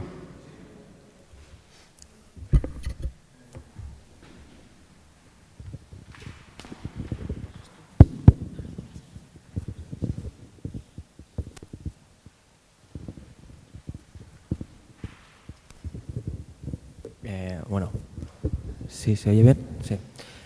Lo primero de todo, Juan, gracias por... Me voy a poner ahí porque si no te oigo, ¿vale? Gracias por tu intervención.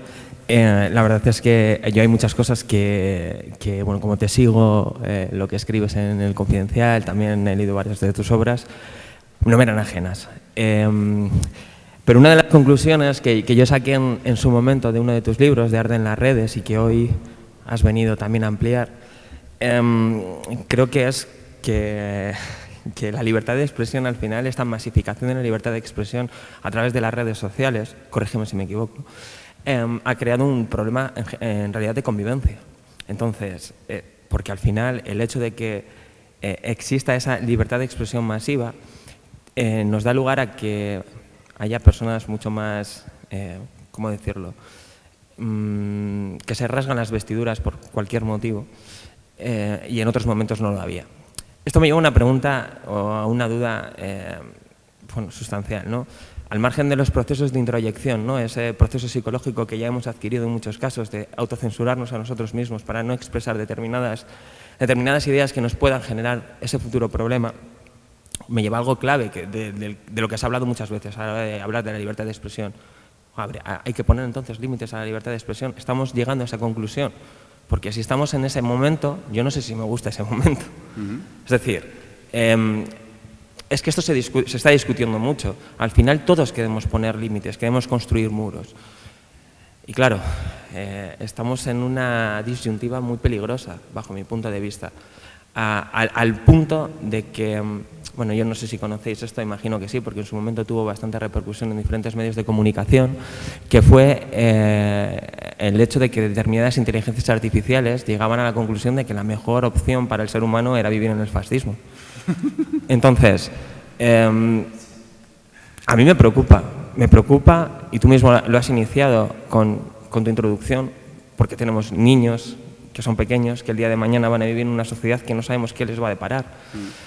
Y evidentemente, yo soy historiador, no tenemos capacidad de prestidigitación, esto lo hemos dicho siempre y lo diré y lo mantendré, pero sí que me preocupa hacia dónde nos vamos. Entonces, ¿tú qué opinas? Es decir, no sé si nos puedes ampliar un poco sobre este tema.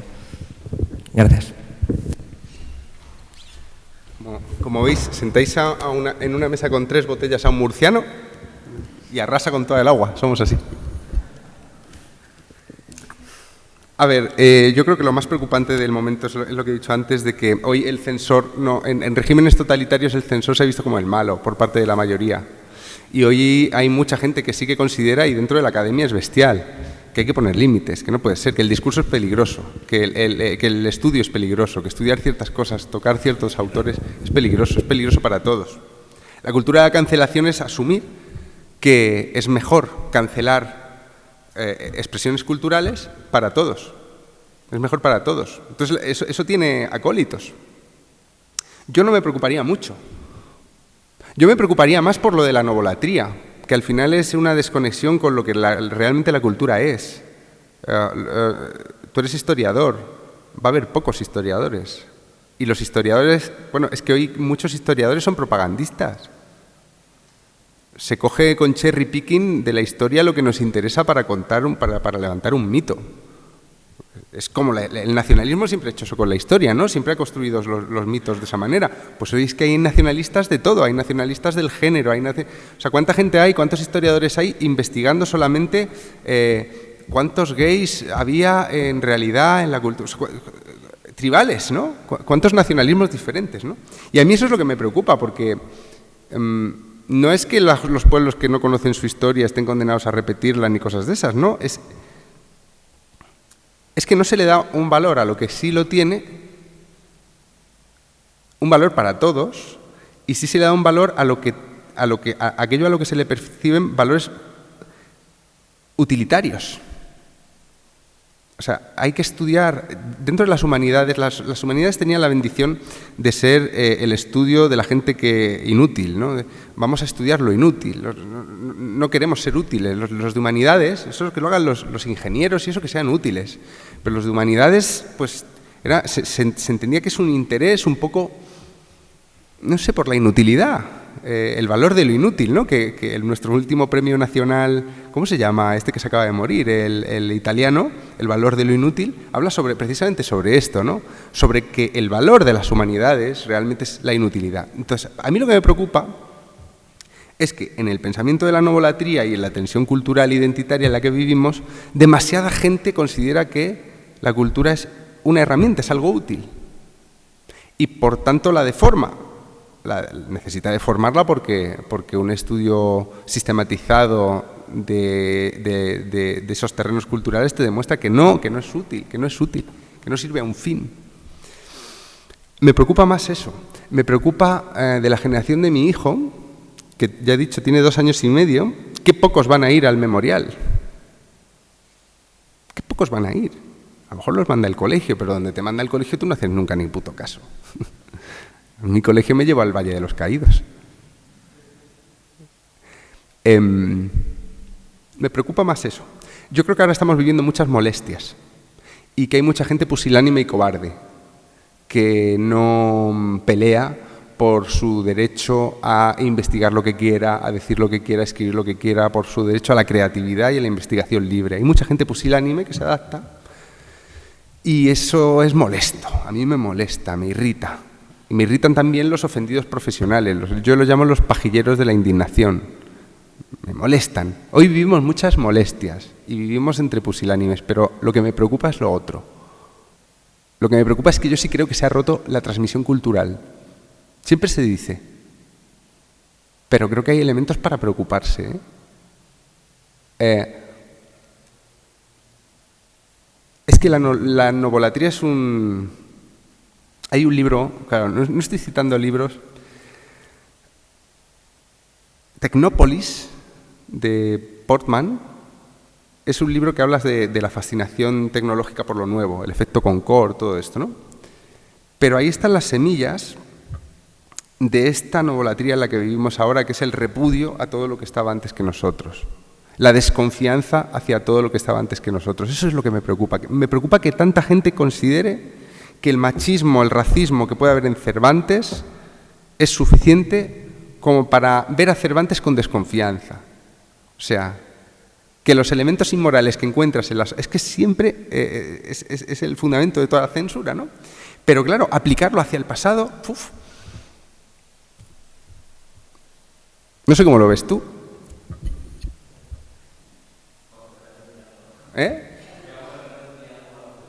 Por eso...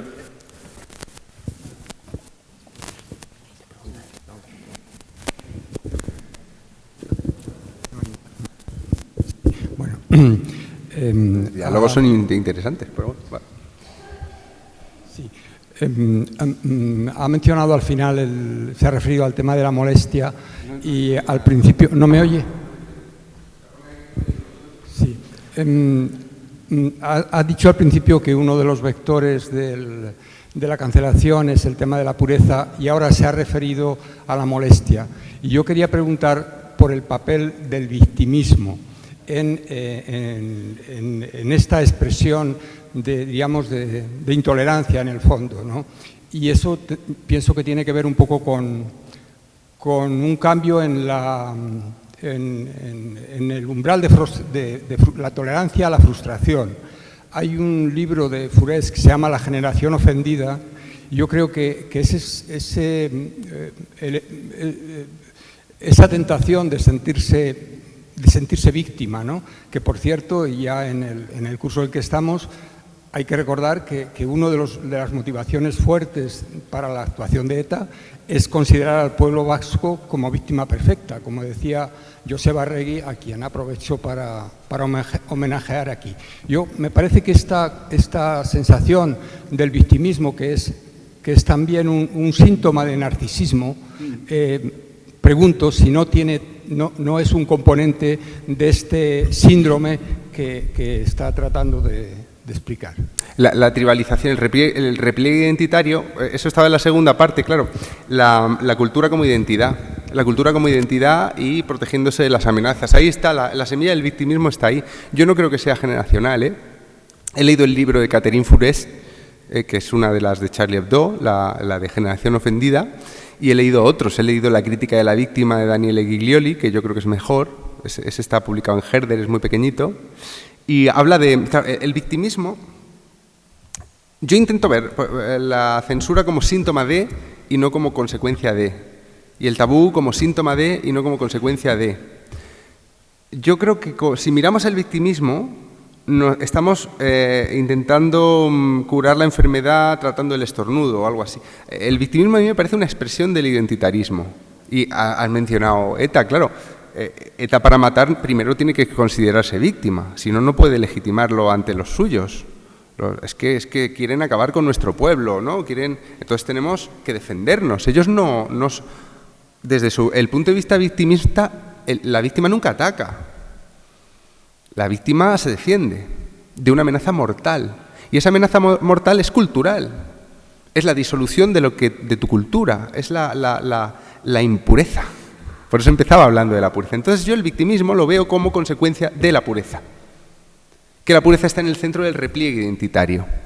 Fíjate cómo funciona el victimismo hoy, el victimismo mediático, el victimismo que se ve todo el rato, ¿no? Al principio dije, hay gente que cree que la violación es el estado natural y no la aberración, lo que se sale de la norma. Igual que hay gente que cree que el terrorismo es el estado natural y no lo que se sale de la norma. Ese es el discurso victimista. Es pensar que el sistema está contra ti. Que lo normal es que a ti te violen. Eso es un pensamiento victimista, pero el problema no es lo que pueda decir una persona en el culmen del victimismo, como pueda ser una ministra de Igualdad, haciendo un discurso político en torno al infierno que es la vida de las mujeres en España, totalmente inventado, con elementos de realidad, pero totalmente inventado, sustituyendo la aberración, poniendo la aberración en el lugar de la norma. Pero lo que hay detrás es el identitarismo. Y el identitarismo siempre es victimista. todos los problemas que tiene tu identidad, esto es lo que ha fracturado la sociedad en Estados Unidos. Todos los problemas que tienen los blancos se los han provocado los negros. Los negros, los inmigrantes, todos los problemas que tienen los gays se los han provocado los heteros. Todos los problemas que tienen las mujeres se los han provocado los hombres. Todos los problemas que tienen los hombres se los han provocado las feministas. O sea, todo identitarismo es victimista y mira para un sitio. Y no mira para sus propios errores, sus propios fallos, sus propios excesos. Esto está pasando sistemáticamente. Por eso es tan difícil, esto de la guerra cultural es muy magnético. Es muy difícil que si tú eres el objeto de acusación de una identidad, tú eres un hombre. Pues tú eres el que está causando, tú eres un hombre heterosexual español. Pues tú estás causando la desgracia, llevas causándola desde antes de nacer, de todas las mujeres, de todos los gays, de todos los mexicanos. O sea, es que cuando AMLO dice que el rey Felipe tiene que pedir perdón por la conquista, ese discurso victimista es la expresión de un identitarismo. Y ese identitarismo es la consecuencia de alguien que quiere conservar el poder y que necesita crear una hegemonía. Si es que lo peor que nos ha podido pasar es que muchos políticos han leído a Gramsci. Es lo peor que nos ha podido pasar, porque claro, si crees en la hegemonía... O sea, que yo pondría el victimismo como síntoma. Es que el victimismo es, respondiendo directamente, el victimismo me parece muy llamativo. Es muy exagerado. Hace risa.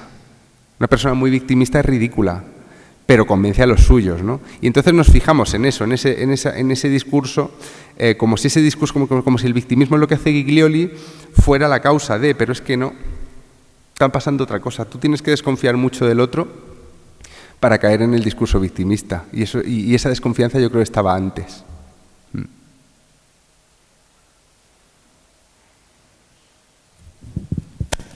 Hola, gracias por tu exhaustiva conferencia y que de lo que has comentado, preguntarte la punta soy un poco mal, no te entiendo ¿verdad? nada. Sí. No te entiendo nada. Sí, yo mismo, ¿no? No estoy tocando nada, ¿eh? Estoy aquí. ¿Ahora? ¿Sí? Bien. Pues sobre una de las palabras que os he utilizado en tu conferencia, que es la palabra imposición, yo la imagen que siempre he tenido, que tiene uno de un censor, es de un señor tachando, ¿no? O en el caso del cine, de un señor recortando, lo has comentado, pues quitar ese beso o quitar esas... Hay expertos en cine y censura en la sala que seguro, bueno, pues igual también dicen, bueno, pues igual también a través del doblaje cambiar alguna frase. Pero hoy en día, por ejemplo, en el cine, que para existir en España no puede ser de otra manera sin ayudas, sin que entre en televisiones, o sea, no puede existir. Y, o sea, casi todo el cine es lo que diríamos cine independiente, porque lo llevan a cabo las propias productoras, las impulsan ellas, las ideas y demás, pero realmente no es independiente. O sea, porque hay que pasar por unos filtros de ayudas, te tienen que dar unos puntos, y ya no solo es... Entonces, que no solo es censura de no digas unas cosas, sino que tienes que decir determinadas cosas. O sea, tienes que meter determinados personajes que van con ciertos perfiles.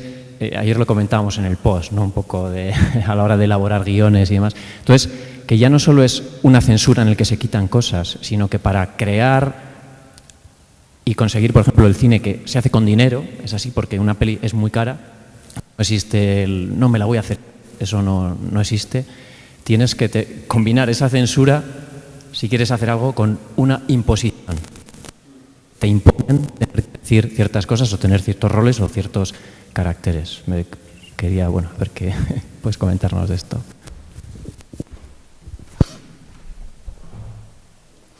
El mundo del cine es lo puto peor. Yo creo que es donde hay más cobardes, porque es donde hace falta más dinero. Entonces, la cultura de la cancelación es una forma de cortar financiaciones.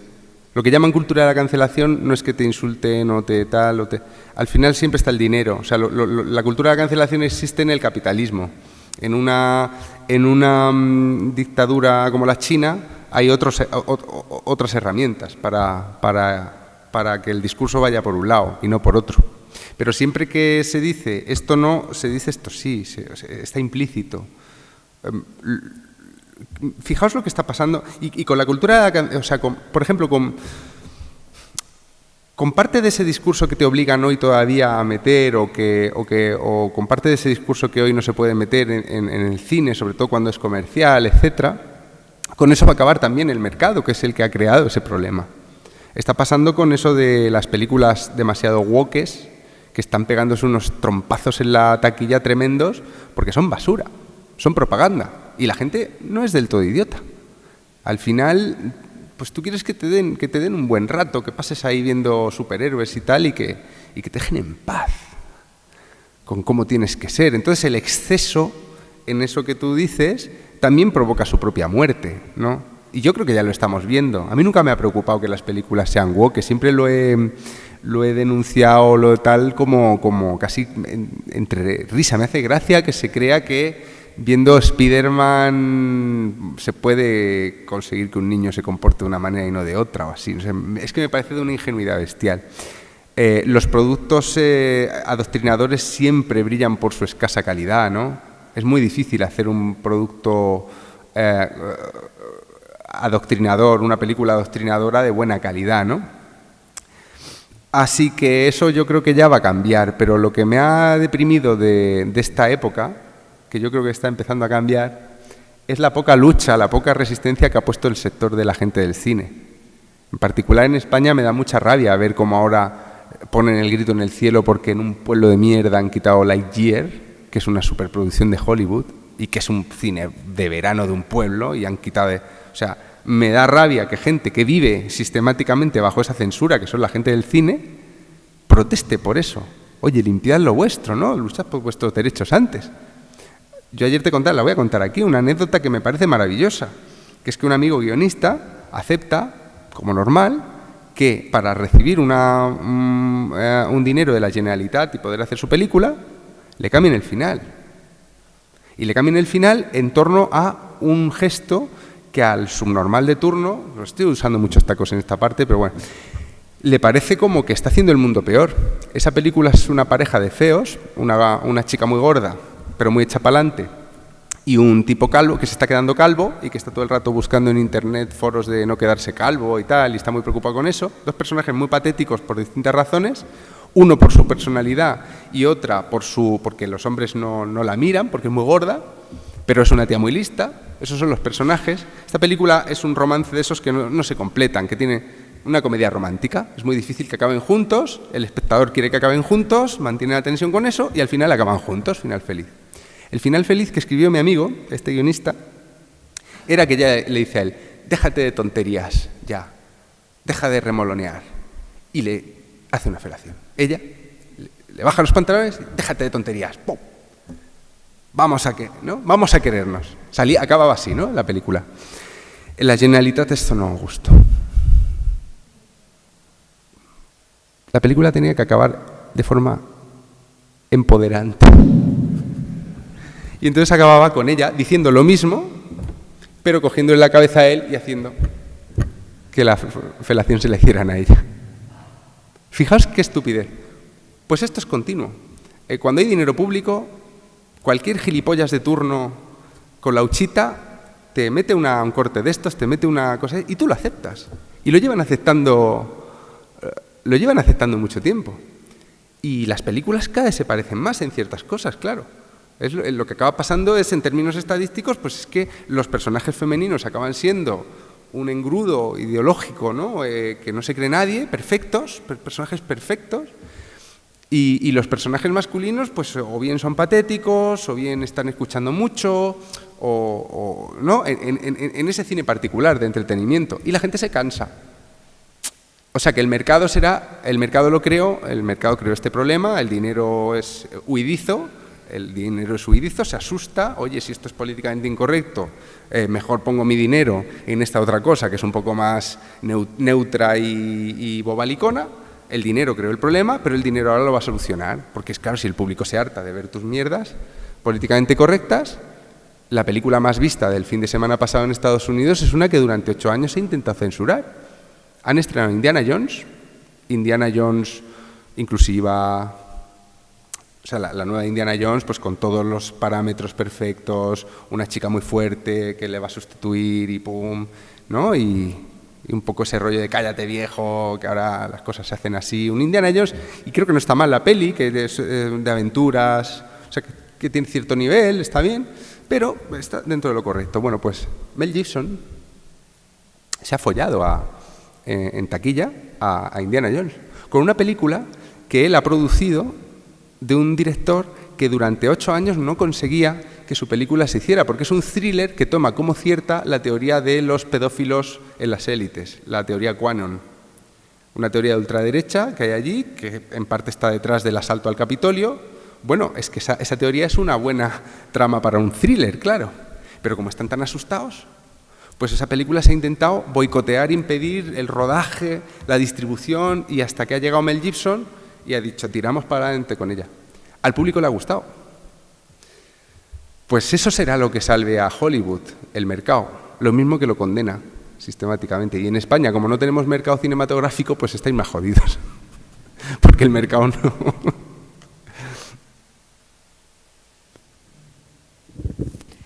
Juan, bueno, muchísimas gracias. Estoy con David, que nos encantaría poder debatir y discutir contigo durante mucho tiempo. Entonces, de momento voy a hacerte una preguntita muy breve. Has comentado, ¿no?, que una de tus preocupaciones es la utilización de la cultura. Me escuchas mal, ¿no? Ya. El empleo de la... Ah, vale. Me escuchan mal ellos también. No. Vale. No, que has comentado que una de las preocupaciones, ¿no?, que te preocupa es que la utilización de la cultura como elemento para transformar la sociedad, ¿no?, que eso te parece que esa intención ya deforma la propia idea de la cultura. Mi pregunta ahí es si realmente crees posible lo contrario, es decir, ¿crees posible que podamos evadirnos a la realidad de que la cultura son ideas que transforman la sociedad y nos transforman constantemente? Tengamos una intención transformadora o no transformadora, ¿no? Me refiero, como tú, he buscado la definición de cultura muchísimo. La idea, bueno, la que más me ha convencido hasta ahora es la de Ortega, ¿no?, que es un sistema de ideas vivas desde el que cada tiempo vive, porque es verdad que es muy difícil evadirse de todo ello, ¿no? Y que la cultura, nos guste o no, a mí me parece, y por eso lo someto a tu discusión, al mismo tiempo es espejo y agente de la realidad y de la sociedad que en la que vivimos y en la que se produce ese elemento cultural, ¿no? Entonces, ¿crees posible, ¿no?, la realidad de poder evadirnos de ese elemento transformador que tiene siempre la cultura y la posibilidad de crear una cultura, o una libertad de expresión en un mundo tan aséptico, ¿no?, donde, no sé, o sea, que siempre es inevitable que queramos mejorar el mundo, me parece a mí, ¿no? Y cada uno desde un punto de vista, unos valores, unas verdades, y ahí me parece que va a haber siempre una competencia que es, no sé, esa es mi pregunta, ¿no? Si te parece posible o si lo crees así. Claro, claro que es agente, sí, pero lo que a mí me parece una quimera es intentar utilizarlo. Es el ejemplo. 80 años de Unión Soviética no crean al hombre soviético. ¿Cómo? Es un fracaso intentar utilizar la cultura para transformar en una dirección. Pero claro que es un agente transformador, o sea, todo lo que leemos nos transforma, todo lo que leemos, todo lo que vemos, pero es que me sale tirarte una metáfora. La cultura es el aire y el viento sopla por donde quiere, ¿no? Hay gente intentando mover esto con un ventilador. Muchas veces es el poder, o una multitud, o una corrección política, o un sentido común, ¿no? Tiene que ir para allá. Y tú lo que tienes es un ventilador que a los que se haya a tu alrededor sí que le va a dar el aire en la cara, ¿no? Pero la cultura es que es muy difícil utilizar para cambiar la sociedad algo que es consustancial de la propia sociedad. Todo es cultura. Entonces, lo que yo digo es que naturalmente es un agente transformador para los individuos, naturalmente, pero no hay manera de utilizar eso para cambiar a los demás. Yo puedo escribir mis libros con la intención de adoctrinar a las masas, pero no se dejan adoctrinar, porque estoy utilizando un ventilador para mover los vientos. Yo veo más, estoy más interesado en las veletas, en ver para dónde sopla, utilizar la cultura para analizar la propia cultura. Claro que no es aséptico. Y quien percibe la libertad de expresión o un libro como una amenaza para todos es alguien que le otorga a los ventiladores un poder de generar huracanes. Y yo no me lo creo. Y no me lo creo porque la historia no me da un solo ejemplo en el que eso haya funcionado. Sistemáticamente las dictaduras, las tiranías represoras del pensamiento fracasan, todas. Pueden mantener durante un tiempo la cosa controlada, pero sobre una mentira, que es creer que la gente ya no piensa, que la gente ya no... Esto yo creo que nos ha metido mucho miedo el libro de 1984, donde sí que lo consiguen, ¿no? Pero es que eso es una maqueta, eso no existe, eso es imposible. En Corea del Norte es uno de los países que más me interesa. He leído muchísimo de Corea del Norte porque sí que es un país donde hay una hegemonía absoluta cultural y un aislamiento del resto de la sociedad y de todas sus expresiones culturales. ¿Sabes cuál es el elemento de mercado negro que más... En un país donde hay hambre, donde hay frío, hace un frío que te pelas en Corea del Norte y hay poco abrigo y la ropa es una mierda porque la hacen las fábricas estatales, ¿no? En un país como ese, ¿sabes cuál es el elemento más común en el mercado negro? Los DVDs. Los DVDs. Se pirran por ver películas surcoreanas. ¿Les hace más falta eso que comer? ¿O que el abrigo? No. Pero el régimen no ha conseguido crear al norcoreano perfecto.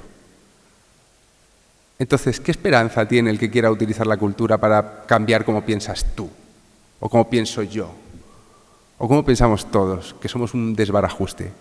Pues está intentando mover los vientos con un ventilador. Y de eso es de lo que yo me río. Pero claro, Ortega, pues... Me pones a Ortega y ¿qué te voy a decir? Claro, sí, a nosotros nos ha cambiado la cultura, a cada uno, sí. Ella a nosotros, pero nosotros utilizar a la cultura para cambiar a los demás, inténtalo. Todos los que lo han intentado han fracasado.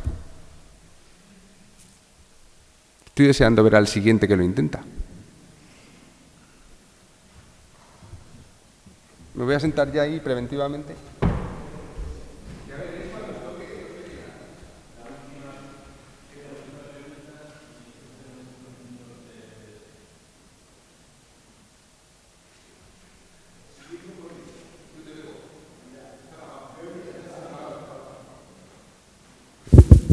Ahora, siguiendo con esto, y vamos, de otro tiempo, y la cultura crítica. Yo procedo de una generación o de un grupo que cantábamos aquello de que la poesía es un arma cargada del futuro. Pero en relación con algo concreto que nos afecta, el periodo más negro de ETA. Más negro no solo por el número de asesinatos, sino porque es cuando la sociedad no reacciona, el comportamiento del gobierno autonómico es de absoluta condescendencia, el futuro es negro del todo. Y sin embargo, aparentemente con muy poca repercusión en los medios de comunicación, sobre todo en los medios, en las páginas de opinión, aparecen los artículos de unos intelectuales, de algunos historiadores, en fin, no voy a citar nombres, pero de unos cuantos, un puñado, que parece que no tienen ningún tipo de repercusión, porque eso parece que lo leemos cuatro, y sin embargo mi opinión, a lo mejor ingenua y en fin, de hijo de esa otra cultura, creo que eso es un germen de una resistencia que luego va a ser mucho más potente y que va a tener su papel y su influencia en la derrota de ETA y en la transformación de la... Es decir, ¿dónde incluyes ese tipo de cultura crítica, ¿no? Yo diría que esa cultura crítica es un síntoma de la futura derrota, no un germen, un síntoma, un primer estornudo. Una persona como un intelectual, como puede ser en su momento, por ejemplo, Florencio, puede inspirar a otros a dar el paso. Pero lo que los otros ya tenían dentro, ya lo tenían dentro. Quiero decir, lo que puede hacer una expresión o una canción que de pronto sale, una canción clandestina, las canciones clandestinas que se cantan en un grupo te dan fuerza, ¿no? Inspiran, dan fuerza, empujan, ¿no? Pero yo todo eso, es que, claro, a lo mejor mi enfoque suena a que todo eso no tiene efecto. No, pero intento ver como síntomas estas cosas. En la semilla de la violencia de ETA está su destrucción. Está el salto que daba hasta a Gesto por la Paz, que al principio Gesto por la Paz al principio son 4 y les están insultando los de la izquierda a Berchale enfrente y les están tirando piedras. Y acaba siendo, se los acaban comiendo. Después de Miguel Ángel Blanco ya basta ya. O sea, claro que ver a esa gente en un primer momento, a los que pensaran igual, a los que sintieran igual, les asustaba, ¿no? La gente tenía miedo de estar con ellos, ¿no? Y ellos seguían. Pero ellos eran un síntoma de la enfermedad mortal que ETA se había infligido a sí misma, que es que causando el terror tú no vas a ganar, no puedes ganar. Necesitas una dictadura para conseguir mantener eso durante un tiempo. Entonces yo tiendo a ver estas cosas como síntomas. Por eso, cuando aparece una voz crítica con algo hegemónico, yo lo veo como una esperanza de que esa hegemonía está rota. No lo veo como un valiente, lo veo como un síntoma de que, oye, si este se atreve a decir esto, es que mucha gente piensa igual. Es el primero que se atreve. Y a lo mejor él sí que va a movilizar, ¿no? Pero yo intento verlo como síntoma. Cuando son 4 gatos los de Gesto por la Paz, la sociedad vasca ya no está tolerando a ETA. Lo que pasa es que no se atreven a expresarlo. Una parte, digo, claro, hay otra parte que sí, que la jalea y la... Pero ya está rota la hegemonía. La hegemonía es el terror de que no se atrevan ni 4 a salir a la calle. Ese es el paraíso de Letarra. Un mundo donde no existe ninguna oposición, ya a todo el mundo le parece bien. Son nuestros, las mentes son nuestras, ¿no?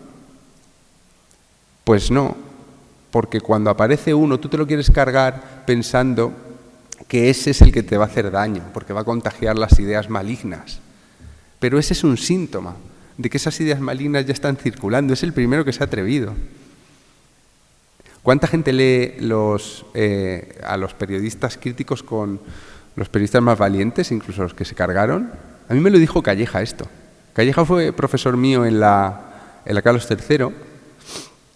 Yo diría que venía con escoltas a la clase. Y a mí, con 18 años, me impresionó mucho Calleja, que era un tío que hablaba lo que salía de las narices, o sea, era muy echado para adelante, ¿no? Y naturalmente que a mí me inspiró Calleja a ser yo echado para adelante en muchas otras cosas. Pero Calleja era un síntoma de una sociedad sometida al arbitrario terror salvaje de unos encapuchados. O sea, Calleja era un síntoma de que la sociedad no lo acepta eso. Y aparece gente como Calleja, y aparece gente como Florencio, aparece gente así, que son el certificado de derrota de lo otro, de la amenaza, ¿no? Igual que ETA también podía ser en un principio en el franquismo un síntoma de la derrota de que no, de que el régimen franquista no. Luego cuando se convirtió en una fuerza antidemocrática, inmediatamente casi, ¿no? Igual siempre lo fue, se dice, ¿no? Pero yo tiendo a ver todo esto como expresiones. No sé, a lo mejor el ingenuo soy yo, a lo mejor sí que existen los héroes, pero yo no creo en los héroes. Yo creo que los héroes son síntomas de que el imperio hace aguas. El imperio que sea, ¿eh? El imperio de ETA, el imperio de la Guerra de las Galaxias, el que sea. Síntomas. No sé.